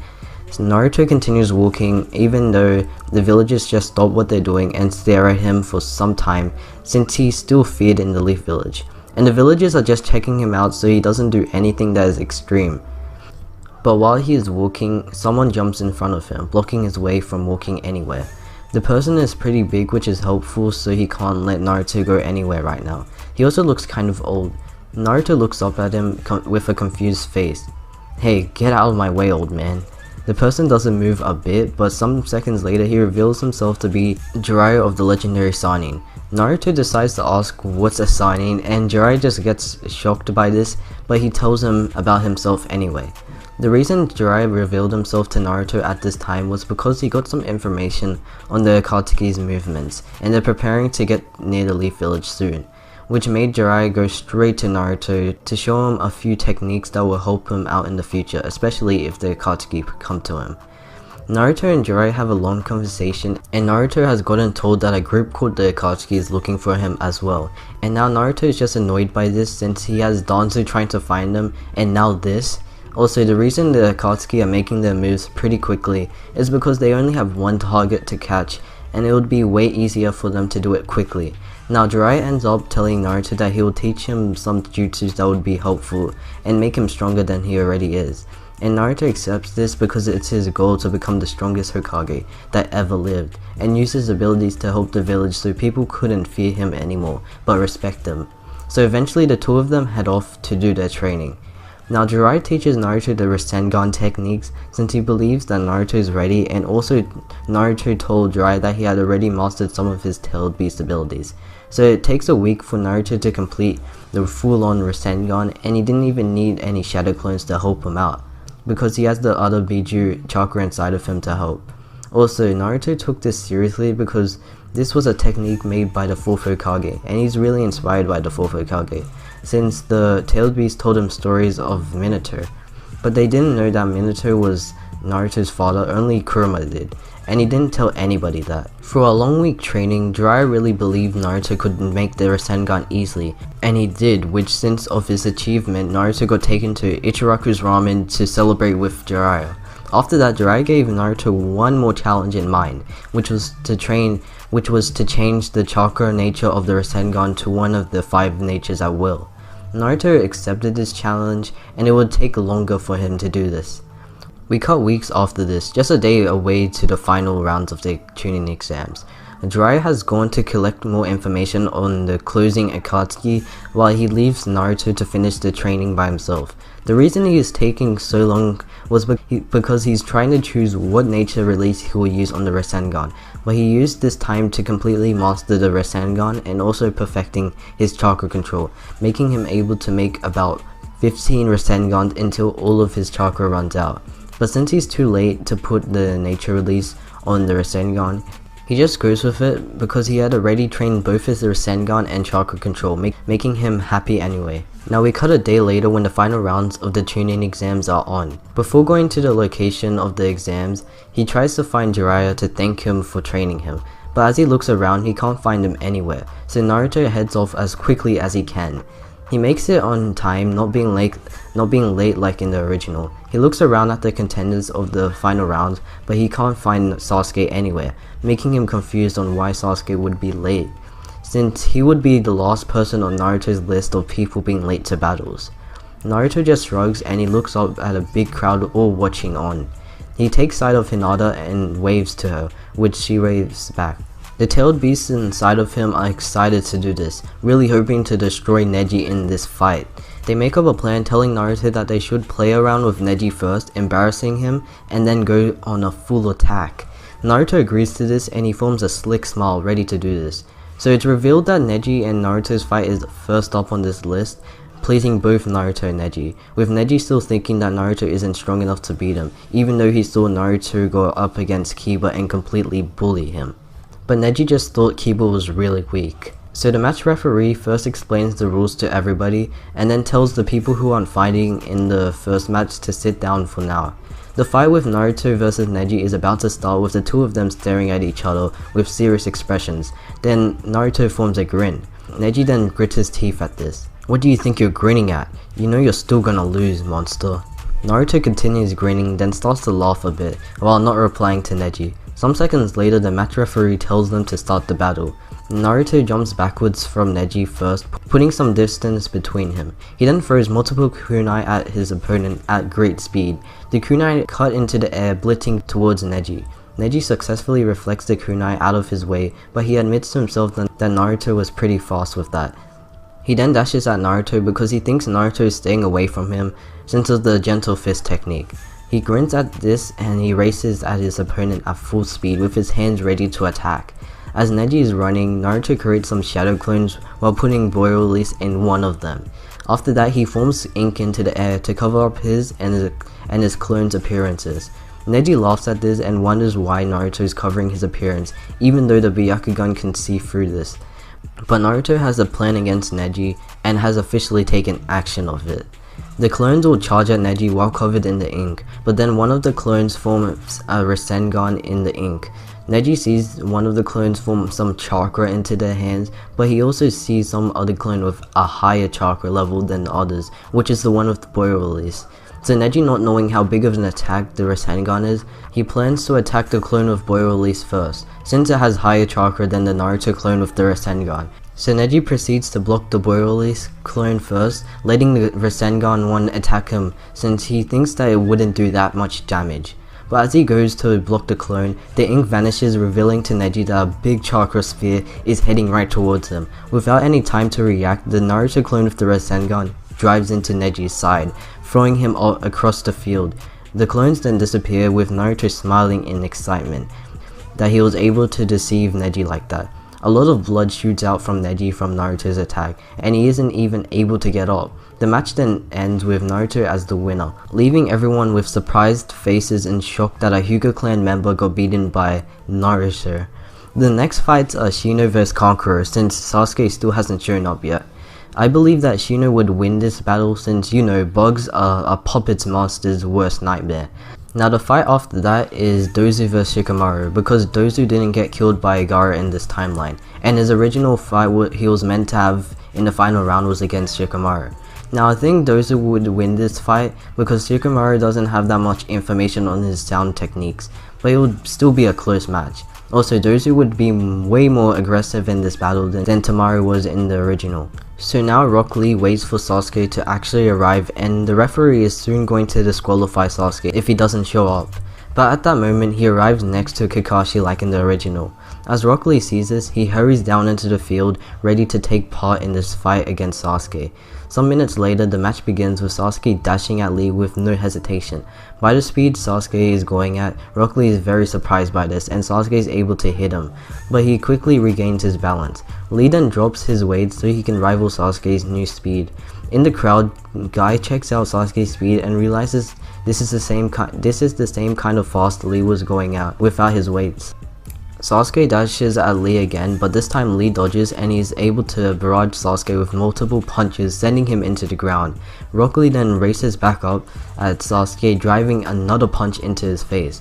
Sasuke is able to get back up and he grins while doing this and activating his Sharingan.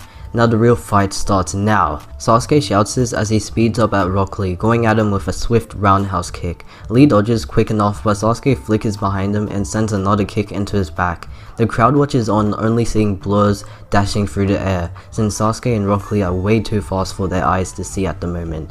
Rock Lee speeds up, ready to drive multiple attacks at Sasuke, but Sasuke sees some of these attacks with his 2 Tomoe Sharingan, dodging some of them only, but Lee's able to outpace him, getting his strong fist into Sasuke, sending Sasuke into the ground. Sasuke slowly gets back up and thinks it's time to use his technique that he learned from Kakashi. As he gets up, he slowly forms hand signs, and then from that he forms a legendary Chidori into the palm of his hands, shocking everybody watching.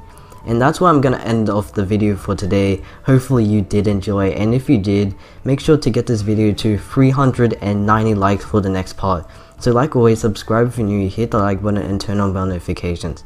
Make sure to join my Discord server in the description below so you can chat to me in a personal level or just say some what if suggestions there. And it's been the Blue Fang. Peace. What's up everybody, the Blue Fang here, and today I'm back with another part of what if Naruto had all of the Bijuu. So it took a while for this part to come out, but I guess it finally did eventually. So the like goal for this video will be 400 likes for the next part.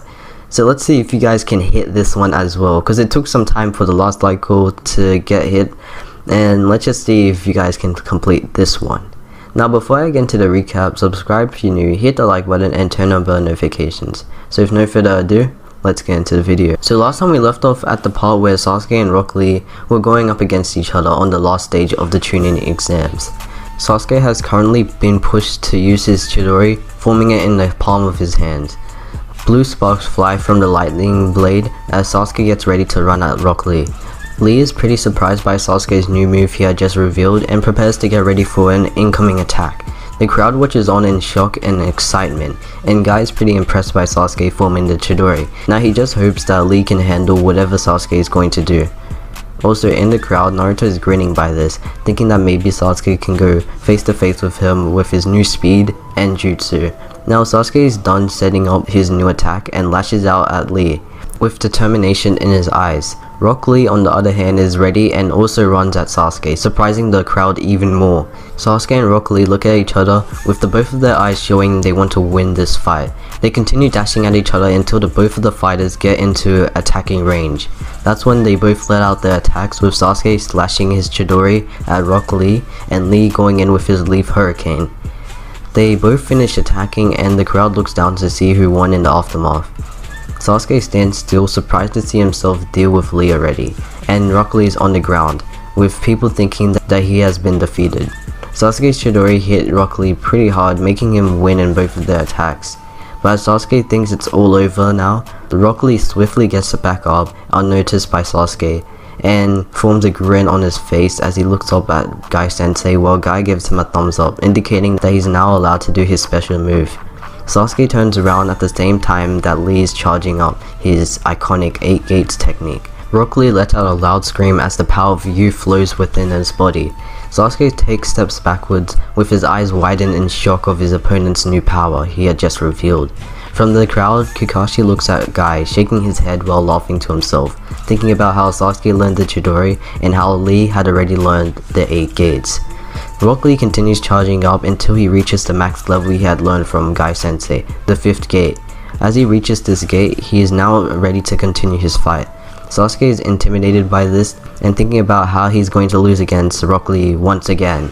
And now with no hesitation, Rock Lee quickly dashes at Sasuke and lets out a barrage of hits, landing them perfectly on his opponent. Sasuke is sent flying by this attack and rolls on the ground defeated. Rock Lee is shocked by the fact that only one attack from the 5th gate defeated Sasuke so easily. He gets out of the 8 gates form as the referee of the match officially ends this fight. The crowd is amazed by Rock Lee's skill, and all of them are hoping that he will become the winner of the Chuunin exams and become a Chuunin. Next match would be Shuno vs Tamaru. For this match, I would think that Tamaru would have the upper hand with her wind style against Shuno's bugs. After that would be Naruto against Dozu. Naruto wins easily in this fight due to his wide range of abilities with his different Bijuu that he has inside of him. Next up would be Rock Lee vs Tamaru. I see Rock Lee winning this fight and probably not even going into his 8 gate form for this.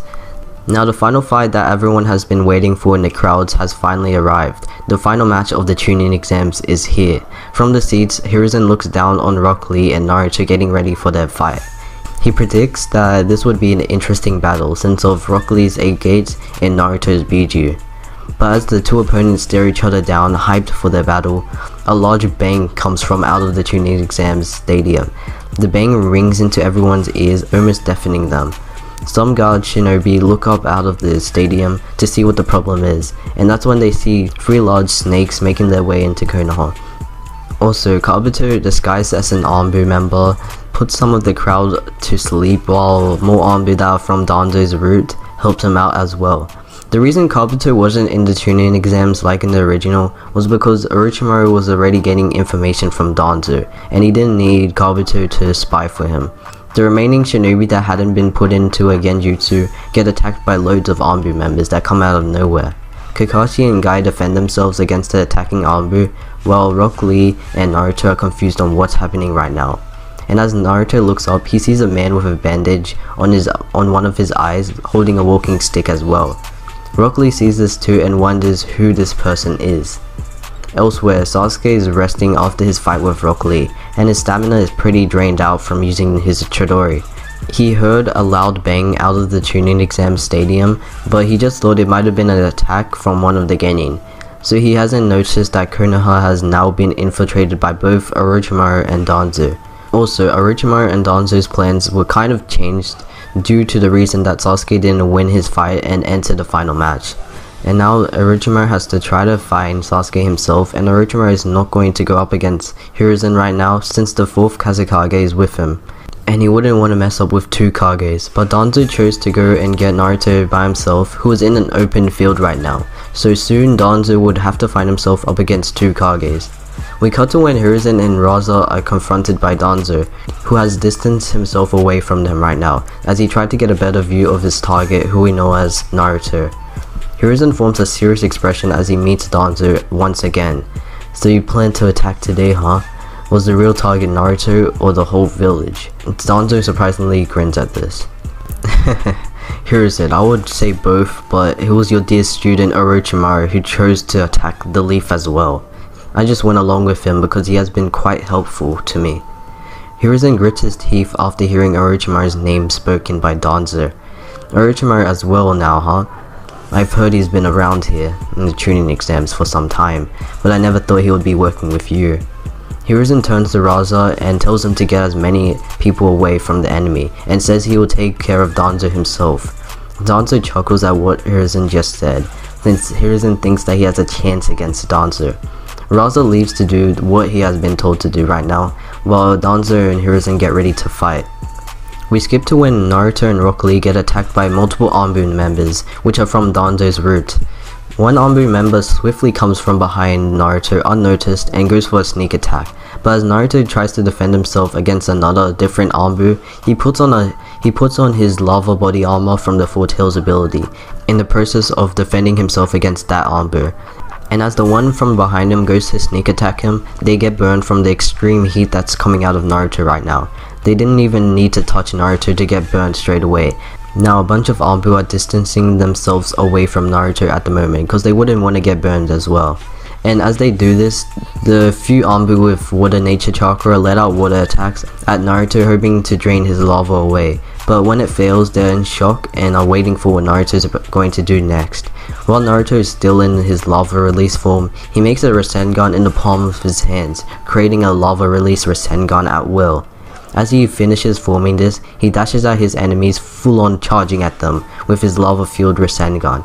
And once he hits them, shock flows through him as the Rasengan instantly puts holes into the Anbu, making them be on the verge of death. Naruto is genuinely surprised by this and is not really comfortable about doing that move again.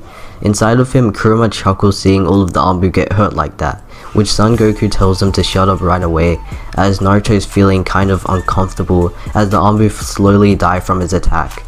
Rock Lee, however, has been going crazy on the Anbu, not even having to go into his 5th gate yet. From inside of the stadium, Sasuke has decided to go outside and check out what matches are going on right now, because he thinks that the final round is happening since of the loud noises that have been banging in the stadium. But as he begins to walk out, he sees a figure in the shadows blocking his way from getting through.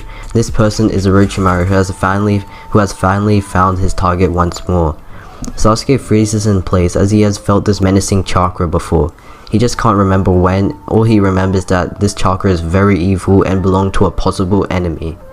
Orochimaru doesn't try to attack Sasuke yet. First he decides to ask Sasuke if he wants some power, if he wants to become stronger and faster and tough enough to beat all of the enemies that stand in his way. Sasuke thinks about this for some time but eventually speaks. What if I say yes? What's the catch? How am I going to get this power you speak of? Orochimaru slowly walks out of the shadows, revealing himself and letting out his hand to Sasuke. You may get this power if you come with me, Sasuke Uchiha. You see that mark that's on the back of you at the moment? Well, that came from me, and I'm sure you felt good when you let that curse mark's power out in the forest of death. Sasuke jumps backwards after hearing that the curse mark came from Orochimaru. He almost gets his kunai out to attack, but he stops midway. Orochimaru then continues trying to convince Sasuke to come with him, which Sasuke is slowly giving into Orochimaru's temptation. Thinking about Naruto's power gap between him, wondering about how he lost to Lee 2 times, jealousy begins to consume him slowly, as he thinks about the many times that he has been overshadowed by Naruto. Sasuke eventually gives up thinking and looks up at Orochimaru with his determined eyes of vengeance, ready to give his answer.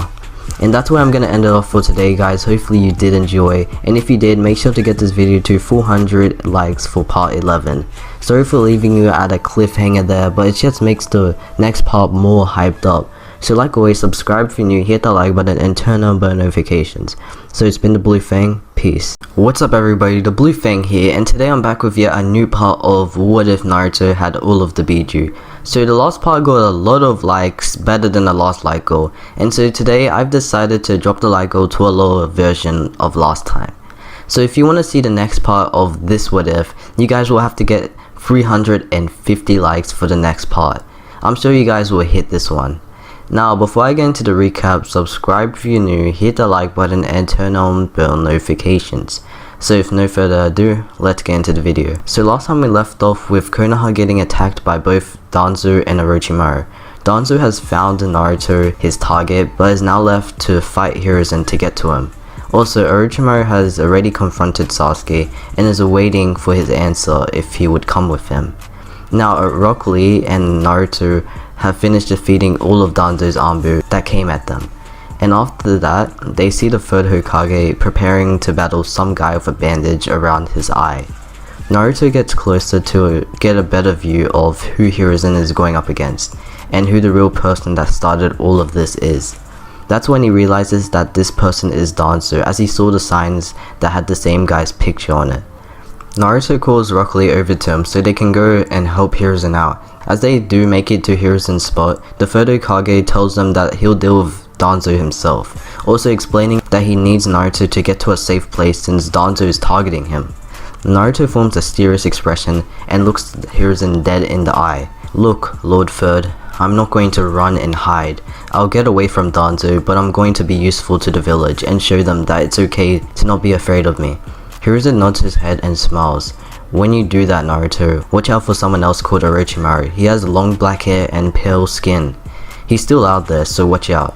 Naruto says okay and turns to Rock Lee, telling him that they'll go help people out if they're in trouble with the enemy. But then he says that he'll go check if Sasuke or Hinata are okay.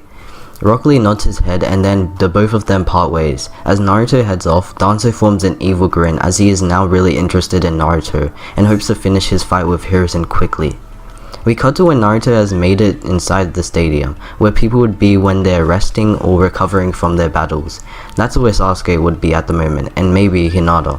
As Naruto slowly walks through the building, he checks around him for any incoming enemy shinobi. He's pretty cautious since a month ago he got jumped by loads of Anbu members, so now he just hopes that they don't do it again because they would have to end up with a Rasengan in their chest, since Naruto has grown way stronger from last time. Naruto continues walking along looking for either Sasuke, Hinata or any other Genin members that were in the Chuunin exams with him, but as he takes more steps forward, he stops once he hears footsteps, and it didn't just sound like only one person. He stands still waiting for the people that he's about to be face to face with. The footsteps grow louder as they come closer and closer until they finally have met Naruto. Naruto looks closer, hoping to see either Sasuke or Hinata, but to his surprise it's Neji and Hinata. Naruto widens his eyes in shock, wondering why Hinata is walking with Neji of all people. He goes over to them to ask them what they're doing. Hinata explains to Naruto that they were sent to go find Sasuke by Kakashi and Might Guy. Tenten didn't go since she was getting innocent spectators away from the combat. Naruto nods his head and looks at Neji. Neji looks at him as well, thinking about what he's going to do. They both stare at each other for some time, then Naruto lifts his hands up to Neji. "Good fight, Neji. You tried your best." Neji's surprised by this, but he doesn't say anything negative. He as well lifts his hand up, admitting to himself that he lost fairly. Both Naruto and Neji shake hands while Hinata smiles to herself.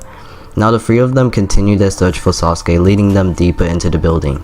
We cut outside where Danzo and Hiruzen stare each other down as rivals.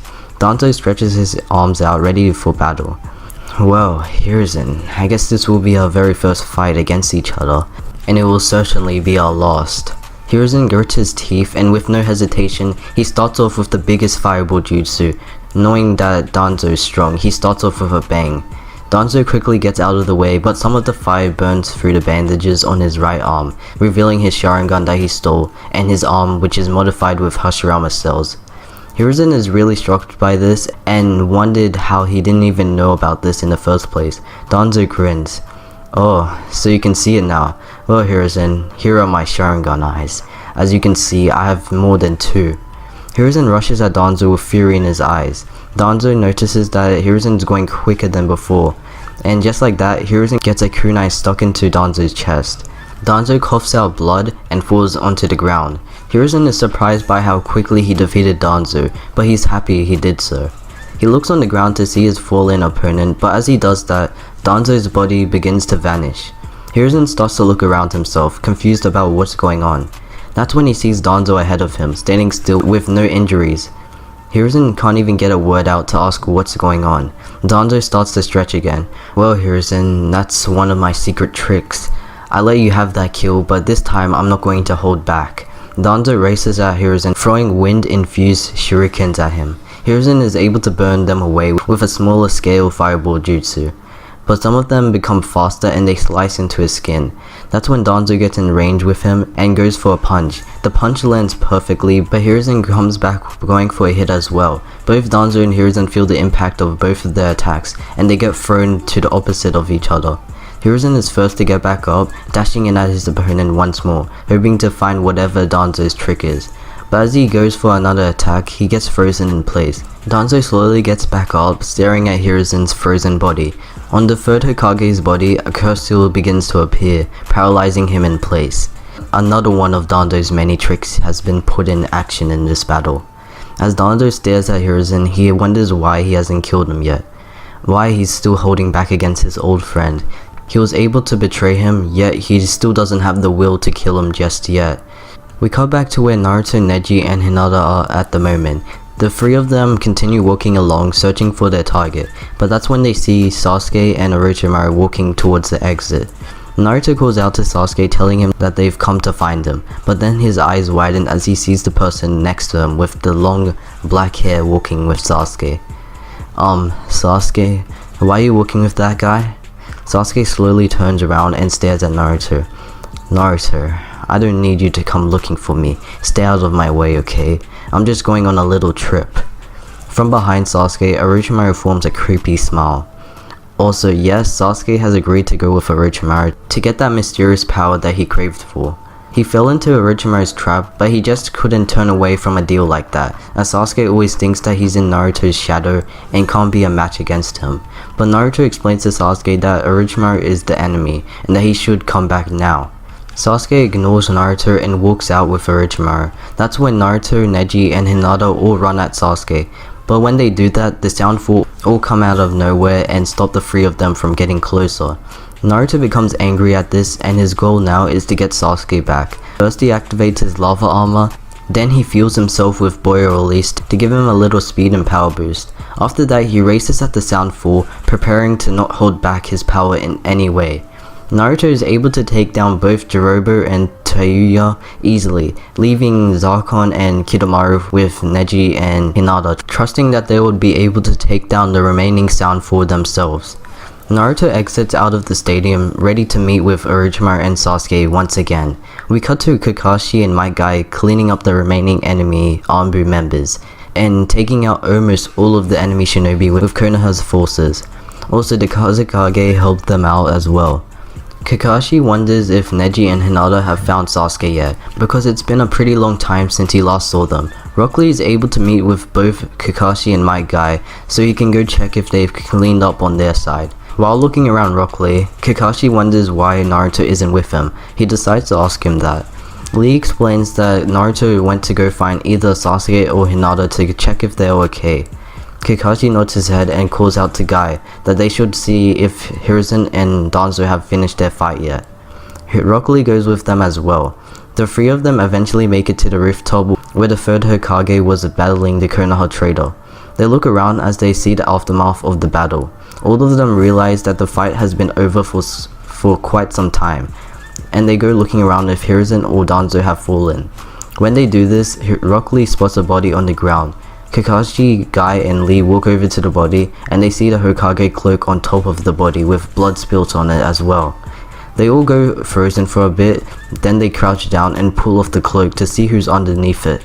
That's when they see the face of Hiruzen Sarutobi. The three of them go into shock as their Hokage has died to Danzo.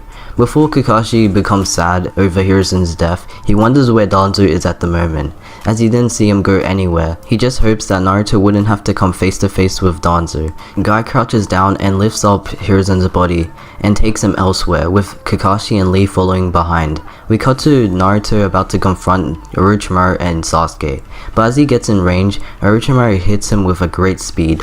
Orochimaru's hand burns on contact though, but he's not too worried because he can always use his tricks to fix that. Naruto lands on the ground but isn't too hurt from the hit. He slowly gets back up, ready to run at them again, but Orochimaru raises his hand to signal something or someone. That's when Danzo lands on the ground, blocking Naruto from getting to Sasuke. Danzo then turns around. "I see you have found Sasuke, Orochimaru." Orochimaru turns around as well. "Yes, and Naruto's all yours now." Danzo forms a grin and now thinks he has won. Elsewhere on the outskirts of the Leaf Village, the Akatsuki have now entered Konoha, ready to capture their one target, Naruto, the lost Jinchuriki. And that's where I'm gonna end it off for today, guys. Hopefully you did enjoy, and if you did, make sure to get this video to 350 likes. But like I said at the start of the video, I'm sure you guys will hit that goal. So like always, subscribe if you're new, hit the like button and turn on bell notifications. It's been the Blue Fang, peace. What's up everybody, the Blue Fang here, and today I'm back with yet another part of what if Naruto had all of the Biju. So I'm sorry I was a bit late to bring this out earlier. The Wi-Fi was just acting up this week, and on top of that, school was really delaying my vids. Also, I'll try to get out either the 7 Ninja Swordsmen What If or Hyuga What If tomorrow.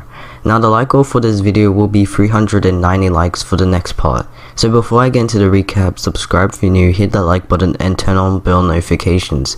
Now with no further ado, let's get into the video. So last time we left off with Orochimaru and Sasuke heading off to leave the Leaf Village, which Naruto actually catched up to them and made his goal to get Sasuke back from the enemy, since he felt a strong connection to his teammates, because everyone else around him would fear his presence. Except Team 7, which is why he's determined to not let his teammate in the hands of someone like Orochimaru.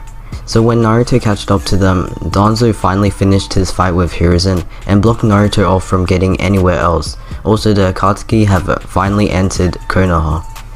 Now Danzo stares into Naruto's eyes while thinking of ways to brainwash him and make him into a weapon, which is what he plans to do after he captures him. Naruto is pretty angry about this and remembers what Kakashi said about Danzo and how he is out to catch him. But Naruto's mind is too clouded with rage and he doesn't think right, so he lashes out at Danzo at his full speed and full power. The Biju inside of him become angry as well when they see Danzo, since they don't like how he acts throughout the Leaf Village and the way he managed the different Jinchurikis over the past generations. This anger makes Shikaku finally think of working with Naruto, and as Naruto dashes at Danzo, Shikaku speaks to him and tells him to stop. Naruto stops in place, but is still a small distance away from Danzo. He then goes inside of his subconscious to see and talk to the one-tailed beast. "What do you want? Are you planning to help? Because I have no time to chat with you right now." Shikaku laughs at the tone of Naruto's voice and tells him not to worry while he's saying he's giving his power. Naruto's anger doesn't go away as Shikaku says this, but he then quickly lets the one-tailed out. After that, Naruto gets out of his mind and back into action. He gets ready to run at Danzo once again, while feeling Shikaku's ability, and with no hesitation he dashes at his opponent, and using wind release, drilling air bullet, he sends a massive force of air at Danzo. Danzo sees this and dodges it easily, but the air around the attack throws him off his feet, sending him into a tree. Danzo thinks to himself that he needs to watch out because he has only one Izanagi eye left to use. The reason for this is because Hiruzen actually got out of Danzo's paralyzing jutsu and really went all out on Danzo for the sake of Konoha. He made him use up a lot of his Sharingans and pushed Danzo to use Koto Matsukami, aka Shisui's Eye Genjutsu, which is indeed very strong and a last resort attack used by Danzo. The Genjutsu really messed with Hiruzen's mind and Danzo was able to finally kill him. Now back to Danzo up against Naruto. Danzo gets up slowly and wipes some dirt off his arms. Interesting. I'm guessing that was an attack from the One-Tail's ability. Naruto doesn't reply and once again he races at Danzo. This time he forms a Rasengan on the palm of his hand, and he puts magnet release on it from the Shukaku's ability as well.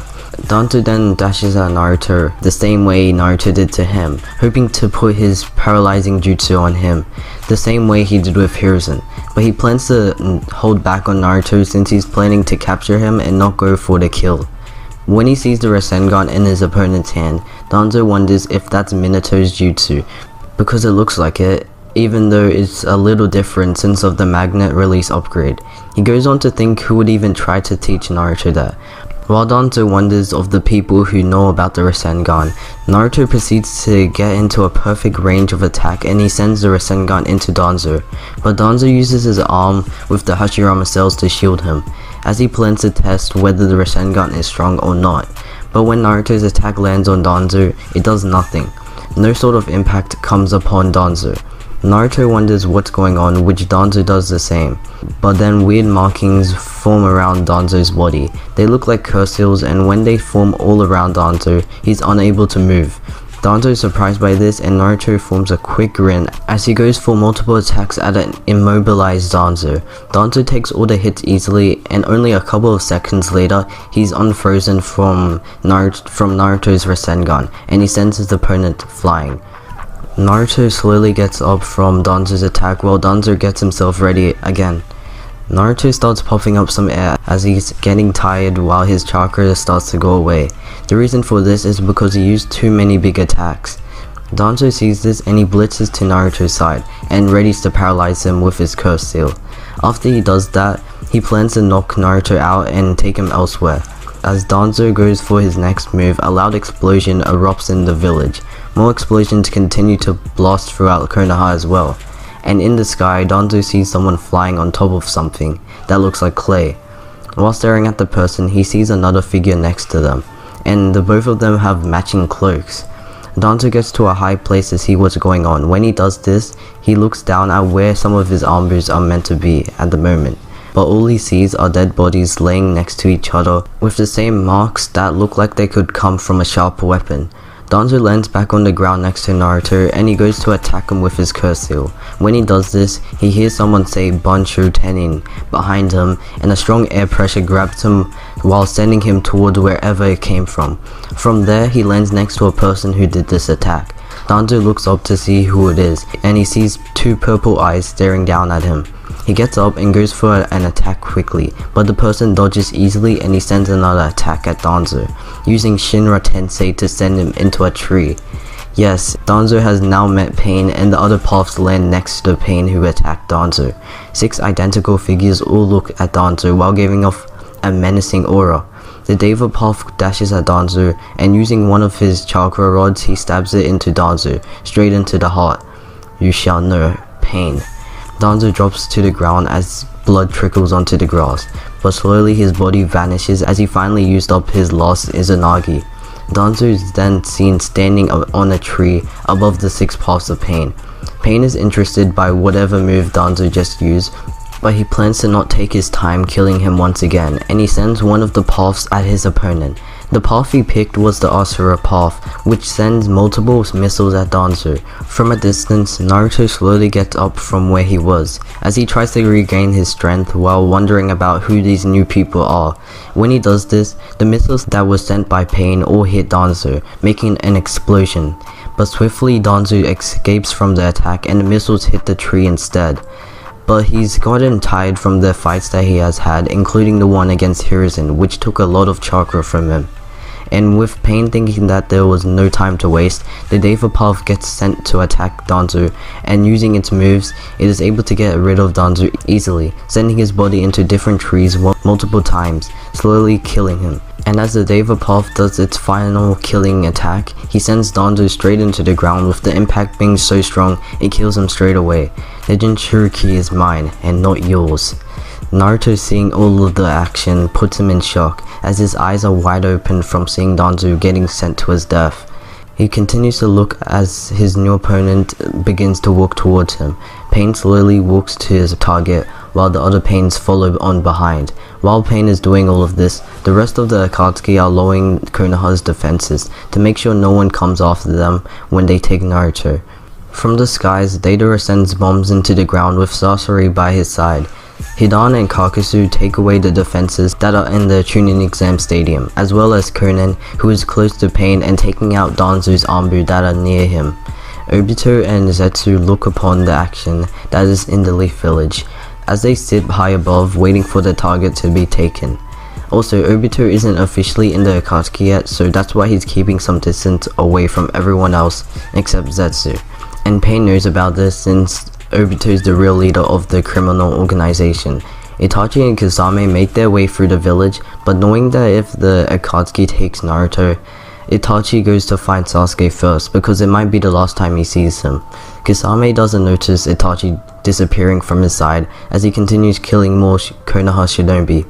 Back at the place where Naruto and Pain are, Pain proceeds to tell Naruto to come with him, as it would be an easier way than fighting. But Naruto, knowing that this might be the people Jiraiya told him about, doesn't accept Pain's request, and gets up again ready to go up against a new opponent. When he does this, Jiraiya comes out of nowhere and tells Naruto to run away from Pain. The reason he says this is because he knows Naruto is still regaining his chakra from some fight he had against someone. Jiraiya then goes on to block Pain from getting near Naruto, but when he does this, he sees the Rasengan in his opponent's eyes, and is surprised by this. The last time he saw someone with those mysterious purple eyes was the time when he was training Nagato. He goes on to wonder what Pain's real identity is, because he sees the other paths behind him with the same Rasengan eyes. He decides to ask Pain who he really is, but as he expected, no answer comes out of his opponent's mouth. Pain then sends some of his 6 paths at Jiraiya, hoping to finish him off quickly. Naruto watches on in the background, still confused on what's going on. Jiraiya takes on the Pain, which are the animal, human, and Naraka paths, while the Deva, Asura, and Preta paths lock onto Naruto. We cut to Sasuke and Orochimaru walking through Konoha, getting closer to the exit, but eventually Itachi finally finds them and cuts both of them off. Sasuke's eyes widen in shock as he sees his brother once again. Orochimaru is also in shock as he remembers the last time he ran into Itachi, and it didn't go too well. But quickly, Itachi puts Orochimaru under a genjutsu, leaving him and Sasuke to talk. But Sasuke's rage begins to fuel, making it obvious to Itachi that Sasuke doesn't really want to talk right now, and in the palm of Sasuke's hand, he forms a Chidori and runs at Itachi. And that's where I'm gonna end it off for today, guys. Hopefully you did enjoy, and if you did, make sure to get this video to 390 likes. It seems that this series is coming to its climax and is coming to its end, so you guys better hit the like goal to see the ending. Now, like always, subscribe if you're new, hit that like button and turn on bell notifications. It's been the Blue Fang, peace. What's up everybody, the Blue Fang here, and today I'm back with what if Naruto had all of the Biju. So it's been a while since this series has been on this channel, and I don't know how this is going to do. So if it does well, I'll continue this what if, and if it doesn't, well, you know what's gonna happen. So the like goal for this video will be 450 likes for our next part. So let's see if it gets hit this time. Now, before I get into the recap, subscribe if you're new, hit that like button and turn on bell notifications. So with no further ado, let's get into the video. Now, the last time we left off with Naruto getting confronted by the paths of Pain, while Jiraiya is beside him in battle. Also, Danzo has been killed already by Pain. Sasuke, on the other hand, is with Orochimaru and has now been confronted by Itachi. Orochimaru has also been put on the genjutsu already, leaving Itachi and Sasuke to talk. But the reason Itachi is meeting with Sasuke is to talk to him. But Sasuke doesn't really want to do that, and so we left off with him rushing to Itachi with a Chidori in the palm of his hands. He continues dashing at his brother until he finally gets near him and unleashes his Chidori at him. Itachi gets hit by it, but in an instant, a flock of crows pour out of him and Itachi vanishes. Sasuke is confused about what's going on, and he turns around everywhere trying to find where his opponent is. But Itachi stands on a tree above him. Then he calls out to Sasuke, telling him he only wants to talk. But Sasuke is too angered to have a chat with Itachi, and he unleashes a fireball jutsu up at him. Itachi dodges easily, and he tries to think of a plan to tell Sasuke the truth about him, because with Pain already in Konoha and close to Naruto, this might be the last time he sees him. So we cut to where Naruto and Jiraiya are, and they're currently fighting off the Pains that are attacking them. Naruto seems to be able to counter some of their attacks using his Biju power, but Jiraiya is quickly getting overwhelmed by them, but he's still keeping up though. Jiraiya, knowing that these people are strong, prepares to use another attack technique, but more specifically, Sage Mode. He shouts over at Naruto, telling him that he'll need some time to do a summoning and more time after that to get Sage Mode ready. Naruto nods his head while dodging one of the pains. He proceeds to add Boil Release to himself and Blitz to one of the pains. After that, he uses the Three Tails Coral Release and places it quickly on the Predator Path, making it unable to move for a while. Next, Naruto tries to defend Jiraiya while he's summoning, and the way he does this is by creating an ink field using the Eight Tails ability, making none of the pains see each other, or Naruto and Jiraiya. Naruto doesn't know this, but he has cut off the pain's shared vision using this ink field. He also gave Jiraiya a whole lot of time to summon Ma and Pa to do Sage Mode. In the time that Naruto is hidden in the ink, he tries to talk with Kurama, saying that he has to work with him to beat these Akatsuki guys. Kurama, knowing that these pains are strong, looks deep into Naruto's eyes. "I will help you when you are in a great need. Now fight with all the power you have for now, and when you're outmatched, I will finally come out." Naruto slightly smiles and places his mind back into reality. The ink is slowly vanishing now, but Jiraiya has finished summoning the Toad Sages. He proceeds to start Sage Mode, but it will take a while for the transformation to be complete. But Naruto is keeping himself well against the pains with the animal and human paths already defeated, and also the Predator path is stuck because of Naruto's Coral Release. The Deva, Asura, and Naraka paths remain in action, with the Deva path letting the other two pains to fight first, so he could monitor Naruto's moves with the Bijuu. So the two pains both rush at Naruto, with the Asura path going in with missiles all heading towards the enemy. Naruto easily dodges this attack and forms a Rasengan quickly. After that, he swiftly rushes at the Naraka path instead of the Asura path. Then once he gets close, he aims the Rasengan straight into his opponent's chest, then goes along to hit the pain with his Rasengan. The Naraka path gets sent flying, but Naruto isn't finished yet. He uses the Seven Tails wings to fly straight at the Naraka path, then proceeds to get out of the sky and fall straight at the pain while going into his lava release chakra mode. Once he gets near the Naraka path, the insane heat that's coming out of him burns the pain until it finally dies. From a distance, the Deva path is surprised that Naruto is able to use his Biju abilities really well. He decides to head into battle himself, and he gets himself ready to go up against Naruto. He goes on to use his Jinro Tensei to get the Coral Release off the Predator path, letting him free to fight again. The remaining pains meet up together, ready to attack Naruto and end this battle once and for all. But once they get ready, Jiraiya has finally finished going into his Sage Mode. The first thing he does once he's in Sage Mode is to quickly dash at one of the paths of pain.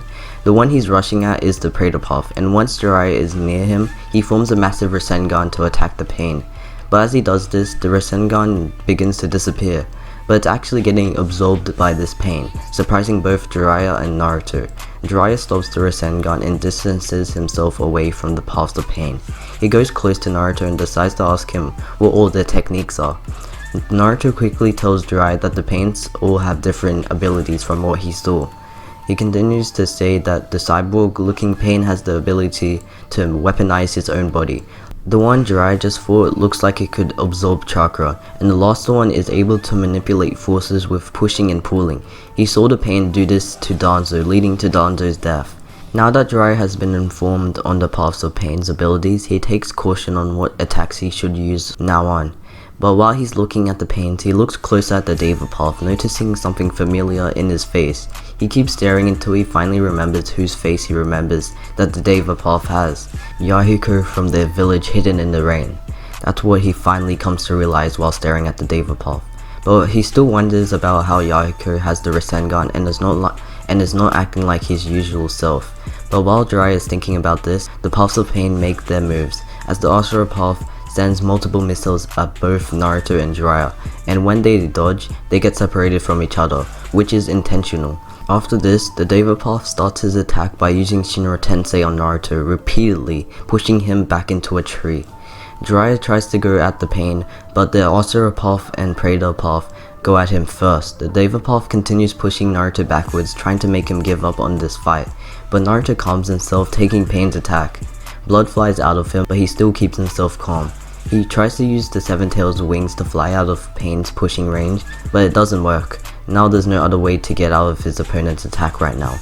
Inside of him, Kurama chuckles and Naruto goes into his subconscious to meet with him once again. Kurama grins. Well, I think it's time, Naruto. First, I'd like to say I'm surprised a human has made friends with this much tailed beast, and also not be afraid or have any hatred against them, and especially me. I guess I can trust you with my power now, Naruto. Naruto smiles and thanks Kurama whilst letting him out. Now since Kurama has been let out, Naruto has finally gained the trust of all of the Bijuu and has all of the abilities at his command. This means he has acquired the Bijuu chakra mode that he gets once he has befriended all of the tailed beasts. Once Naruto gets back into reality, Pain has already stopped his Shinra Tensei attack and thinks Naruto has been defeated since his eyes are closed. So he proceeds to walk up to him, but when he does this, Naruto slowly opens his eyes and a blinding light comes out of him. The color of his Bijuu chakra mode is a mixture of all of the Bijuu's colors, and this chakra mode is way stronger than the original QB chakra mode because Naruto has more Bijuu inside of him.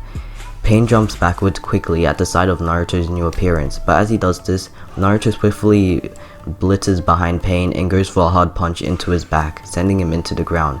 Pain looks up, surprised by Naruto's new abilities, but in an instant, Naruto blitzes back to Pain's side and throws a Rasengan straight into him. Hidden away, Nagato is shocked by all of this, wondering about how Naruto got this much power so quickly. We cut to Sasuke still fighting with Itachi, and like before, Itachi's still trying not to fight back. Sasuke is angered by this, because why would the person who murdered his whole entire clan not want to fight back against him? He stares straight into Itachi's eyes, not afraid to be put under a genjutsu, but wanting to have answers on why Itachi came to him anyway. Why did you really come back to me, Itachi? I was meant to find you instead. So what's your reason? You first said you wanted to talk. Now here's your chance, brother. Itachi slightly forms a smile, but it vanishes quickly. Well, Sasuke, the reason I came back here was to tell you about... But as Itachi is going to tell Sasuke the truth, a huge wind blows throughout the village, pushing everything away. Houses, shops, and more get destroyed by this massive force. And the one behind all of this is Pain. This was a last resort tactic, so he could get away from Naruto for now and restore his chakra. Naruto along with the entire Leaf Village gets blown away from Pain's attack, leaving nothing untouched. In this situation, Jiraiya was able to take down both the Preda and Asura path, leaving the Deva path the last of the Pains. But he doesn't know where he is now because of what Pain just did to the entire village. Some shinobi were able to survive the Shinra Tensei, but mostly loads of them are dead. Most of the Akatsuki have already been defeated as well because of Guy and Kakashi taking on some of them. The ones that were defeated were Hidan, Kakashi, Sasori, and Deidara. This was because of Kakashi and Guy's teamwork against them. Also, Kakashi did have his Mangekyo Sharingan in his fight, and the reason for this was because he was feeling that Naruto would be way too strong for him and that he needed to train his Sharingan more. And when he was training, he found out that he had a Mangekyo Sharingan locked away inside of him. He trained this and was able to master some of it, including the Kamui. This was around the time before the Chuunin exams. So Kakashi and Guy were also able to survive the Shinra Tensei attack as well, and trying to help some shinobi that were trapped underneath debris. We cut back to the spot Naruto was at when he was going up against Pain. A distance from there, Naruto is on the ground and is currently trying to get himself up. Once he does this, he looks around and notices that Pain is nowhere to be seen. From behind him though, Jiraiya catches up to him, while his Sage mode is fading away, but when it is, he tells Naruto that he found out the truth about Pain and knows a way to find the real body. Naruto is confused about what Jiraiya means about a real body, but Jiraiya quickly uses his last Sage mode ability left to sense chakra around him, trying to pick up a specific one. He's able to find the one that he has been looking for and tells Naruto to go in that direction to find the real Pain. Naruto nods his head and goes to that spot, leaving Jiraiya behind.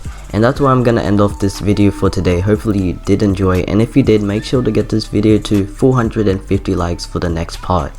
So the finale is near, and if you guys hit the like goal, then you will get to see it. Now, like always, subscribe if you're new, hit that like button, and turn on bell notifications. It's been the Blue Fang, peace. What's up everybody, the Blue Fang here, and today I'm back with yet a new part of What If Naruto Had All of the Bijuu. So I feel like this is gonna be the final part for this series, and I'm glad we actually got to this point. I was also surprised to see that you guys hit the like goal because I thought no one was really watching the later parts of this What If, but you guys hit it and now we're here. So since this is the final part, there will be no like goal, but I would appreciate it if you liked the video anyway, since it shows that you really supported this series.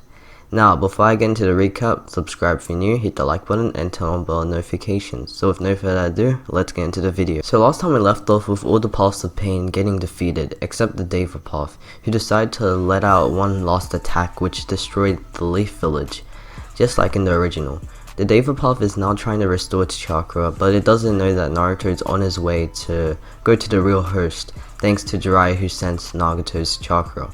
Also, Itachi was gonna tell Sasuke the truth about why he murdered the Uchiha clan, but Pain just decided to destroy the village, which separated the brothers. So now I'll continue where I left off, which was when Naruto is going to the real Pain. Right now Naruto has his tailed beast chakra mode off at the moment, since he wants to regain some of his chakra and get ready to battle the real Pain, who Jiraiya was talking about.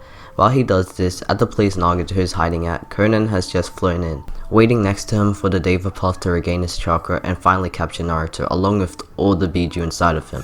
Nagato tells Konoha about Naruto's surprising abilities that led him to push away the whole village. He talks about how Naruto was able to take a different form which was filled with a bright light. While he was in this form, he was able to be on the level of the Deva path, or even higher than that. Konoha is shocked to hear all of this, since a kid like Naruto shouldn't even be able to match up against Pain, or even be able to have that much power. Now she just hopes that Naruto wouldn't find his way to this place Nagato is hiding in. We cut to when Naruto is jumping from tree to tree, trying to get his way to the real Pain as quickly as he can. Also, he hopes that the Deva path wouldn't regain his chakra fast, because Jiraiya is still at the place and it would be trouble for him to go up against that Pain. As Naruto continues his way, a kunai cuts from the air, heading straight towards Naruto's face. Naruto dodges swiftly enough to miss it. He then looks around to see where it came from. When he does this, a group of Anbu swarm around him with weapons in their hands. Naruto then sighs. Wow, this again? I guess I have to take down a few more enemy Anbu. As Naruto stares down his enemies, all the Anbu look ready to go up against him, since they saw Danzo's dead body, and they think Naruto killed their master, which the real person who did it was Pain. But they didn't know that, and they just assumed that Naruto did it, since Danzo told them that he would be the one to take down Naruto himself, and sometime later, they found his dead body, and they just thought Naruto did it. As all the Anbu get their weapons ready, they lash at Naruto with no hesitation, and from inside of their mask, fury burns in their eyes, ready to avenge their master. But Naruto just grins and a bright light shoots out of him, and in a second the Anbu are all knocked out onto the ground. After that, Naruto quickly gets out of his Biju chakra mode and continues his way to the real Pain. A few minutes later, he makes his way to the place Jiraiya ordered him to go to. Naruto observes the area and sees something that looks like a fake tree, and like in the original, he makes his way inside of Nagato's hiding place, and sees both Nagato and Konoha inside. The two Akatsuki members are shocked at how Naruto found this place, but they become defensive as Naruto gets closer. So Naruto wouldn't really be able to use his talk no jutsu on Nagato in this timeline. The reason for this is because he's inexperienced with war and death.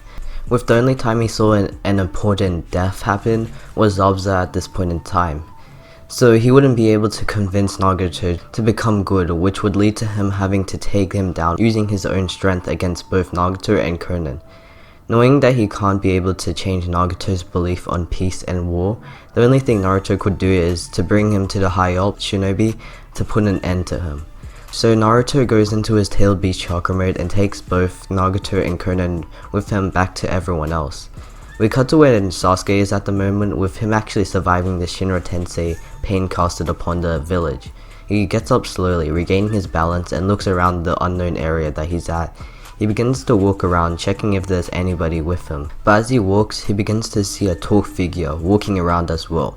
The figure also looks like it has something large behind its back, kind of like a big sword. Sasuke starts to run towards the figure, thinking it's a leaf shinobi that could help him out. But as he gets closer, he sees the figure more clearly now. He's wearing a black cloak with red clouds on it. Also behind him on his back, a sword lays on it. The person also sees Sasuke and grins at the sight of him. Well, don't you look familiar? To be honest, kid, you look a lot like my partner who I'm looking for. And also, since I'm pretty bored right now, could you entertain me in battle, kid? The person is Kisame, one of the last alive Akatsuki members left. Kisame takes out Samahada from his back and grips it tightly in his hand, ready to fight Sasuke. Also, Kisame doesn't know Itachi's brother is Sasuke, so that's why he doesn't hesitate to fight against him. Sasuke's eyes widen in shock as all of this feels so fast, but he jumps back with caution, trying to distance himself from this dangerous enemy. He also activates his Sharingan, ready for his enemy's incoming attack.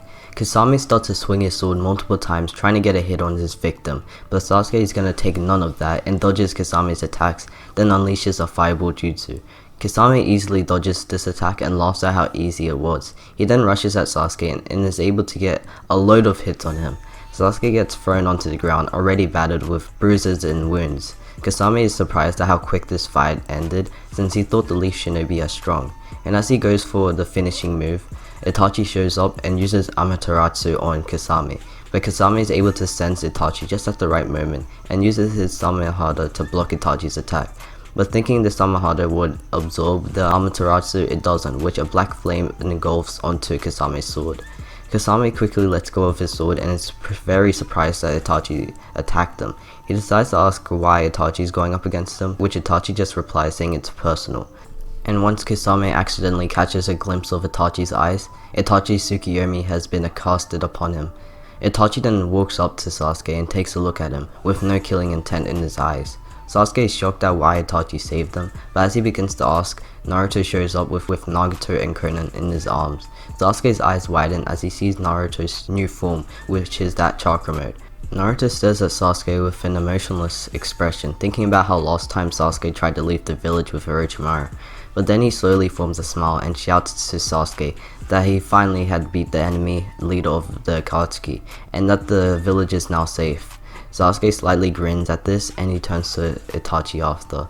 Itachi then looks at him as well, and with Itachi hearing that pain has been defeated, he wouldn't need to be in the Akatsuki anymore, but he still wouldn't be allowed in the village. So he tells Sasuke the reason he saved him from Kisame was because Sasuke should be alive to kill him, and Sasuke is gonna be the only one to kill him. Which Sasuke just grits his teeth, and a second later, Itachi says farewell to him and disappears with the crows coming out of him as well. Naruto then is able to use Talk no Jutsu on Sasuke, and tells him that there's a chance for him to train in the Leaf Village as well, to finally get his revenge on his brother. Which Sasuke's resolve is to stay with Naruto and become stronger with him as well. Naruto grins when he hears Sasuke's resolve, and he goes off to find someone to give Nagato and Chuunin to. A while later, the remaining surviving shinobi all meet up together. There's only a small amount of them, which is currently Konoha's population, but Jiraiya is able to meet with Nagato and is able to convince him to change his belief on peace and war. Jiraiya displays his own Talk no Jutsu to Nagato, which leads to Nagato using Rin Rebirth, making everyone who he killed in the village come back to life. And I mean everyone, even including the enemies that Naruto had to face, which Pain had killed. This would mean that Danzo would have to come back to life as well, and what he would do after he had been resurrected is to go into hiding, keeping himself away from Konoha for a while. So in the aftermath of the Akatsuki attack, Nagato dies, Chuunin leaves to find her own path, and Sasuke stays in the village. Hiruzen is still dead and remains to be, with him having his funeral days later after the attack. Also, Obito and Zetsu remain hidden, and they start to develop a new plan since their old plan had failed. And that's where I'm gonna end off this series. So hopefully you did enjoy the series, because I sure did, and I really loved making it. I'm sorry if the ending was a bit rushed though. The reason for that was because I didn't have too many ideas for a good ending, so I just stuck with this. Also, I'll have to thank you guys for supporting this series, because this series really blew up on my channel with these what ifs that have been coming out. And I really appreciate the support and all of that stuff, because I really loved the idea of what if Naruto having all of the Bijuu, and I loved creating it as well. So like always, subscribe if you're new, hit the like button and turn on bell notification. It's been the Blue Fang, peace.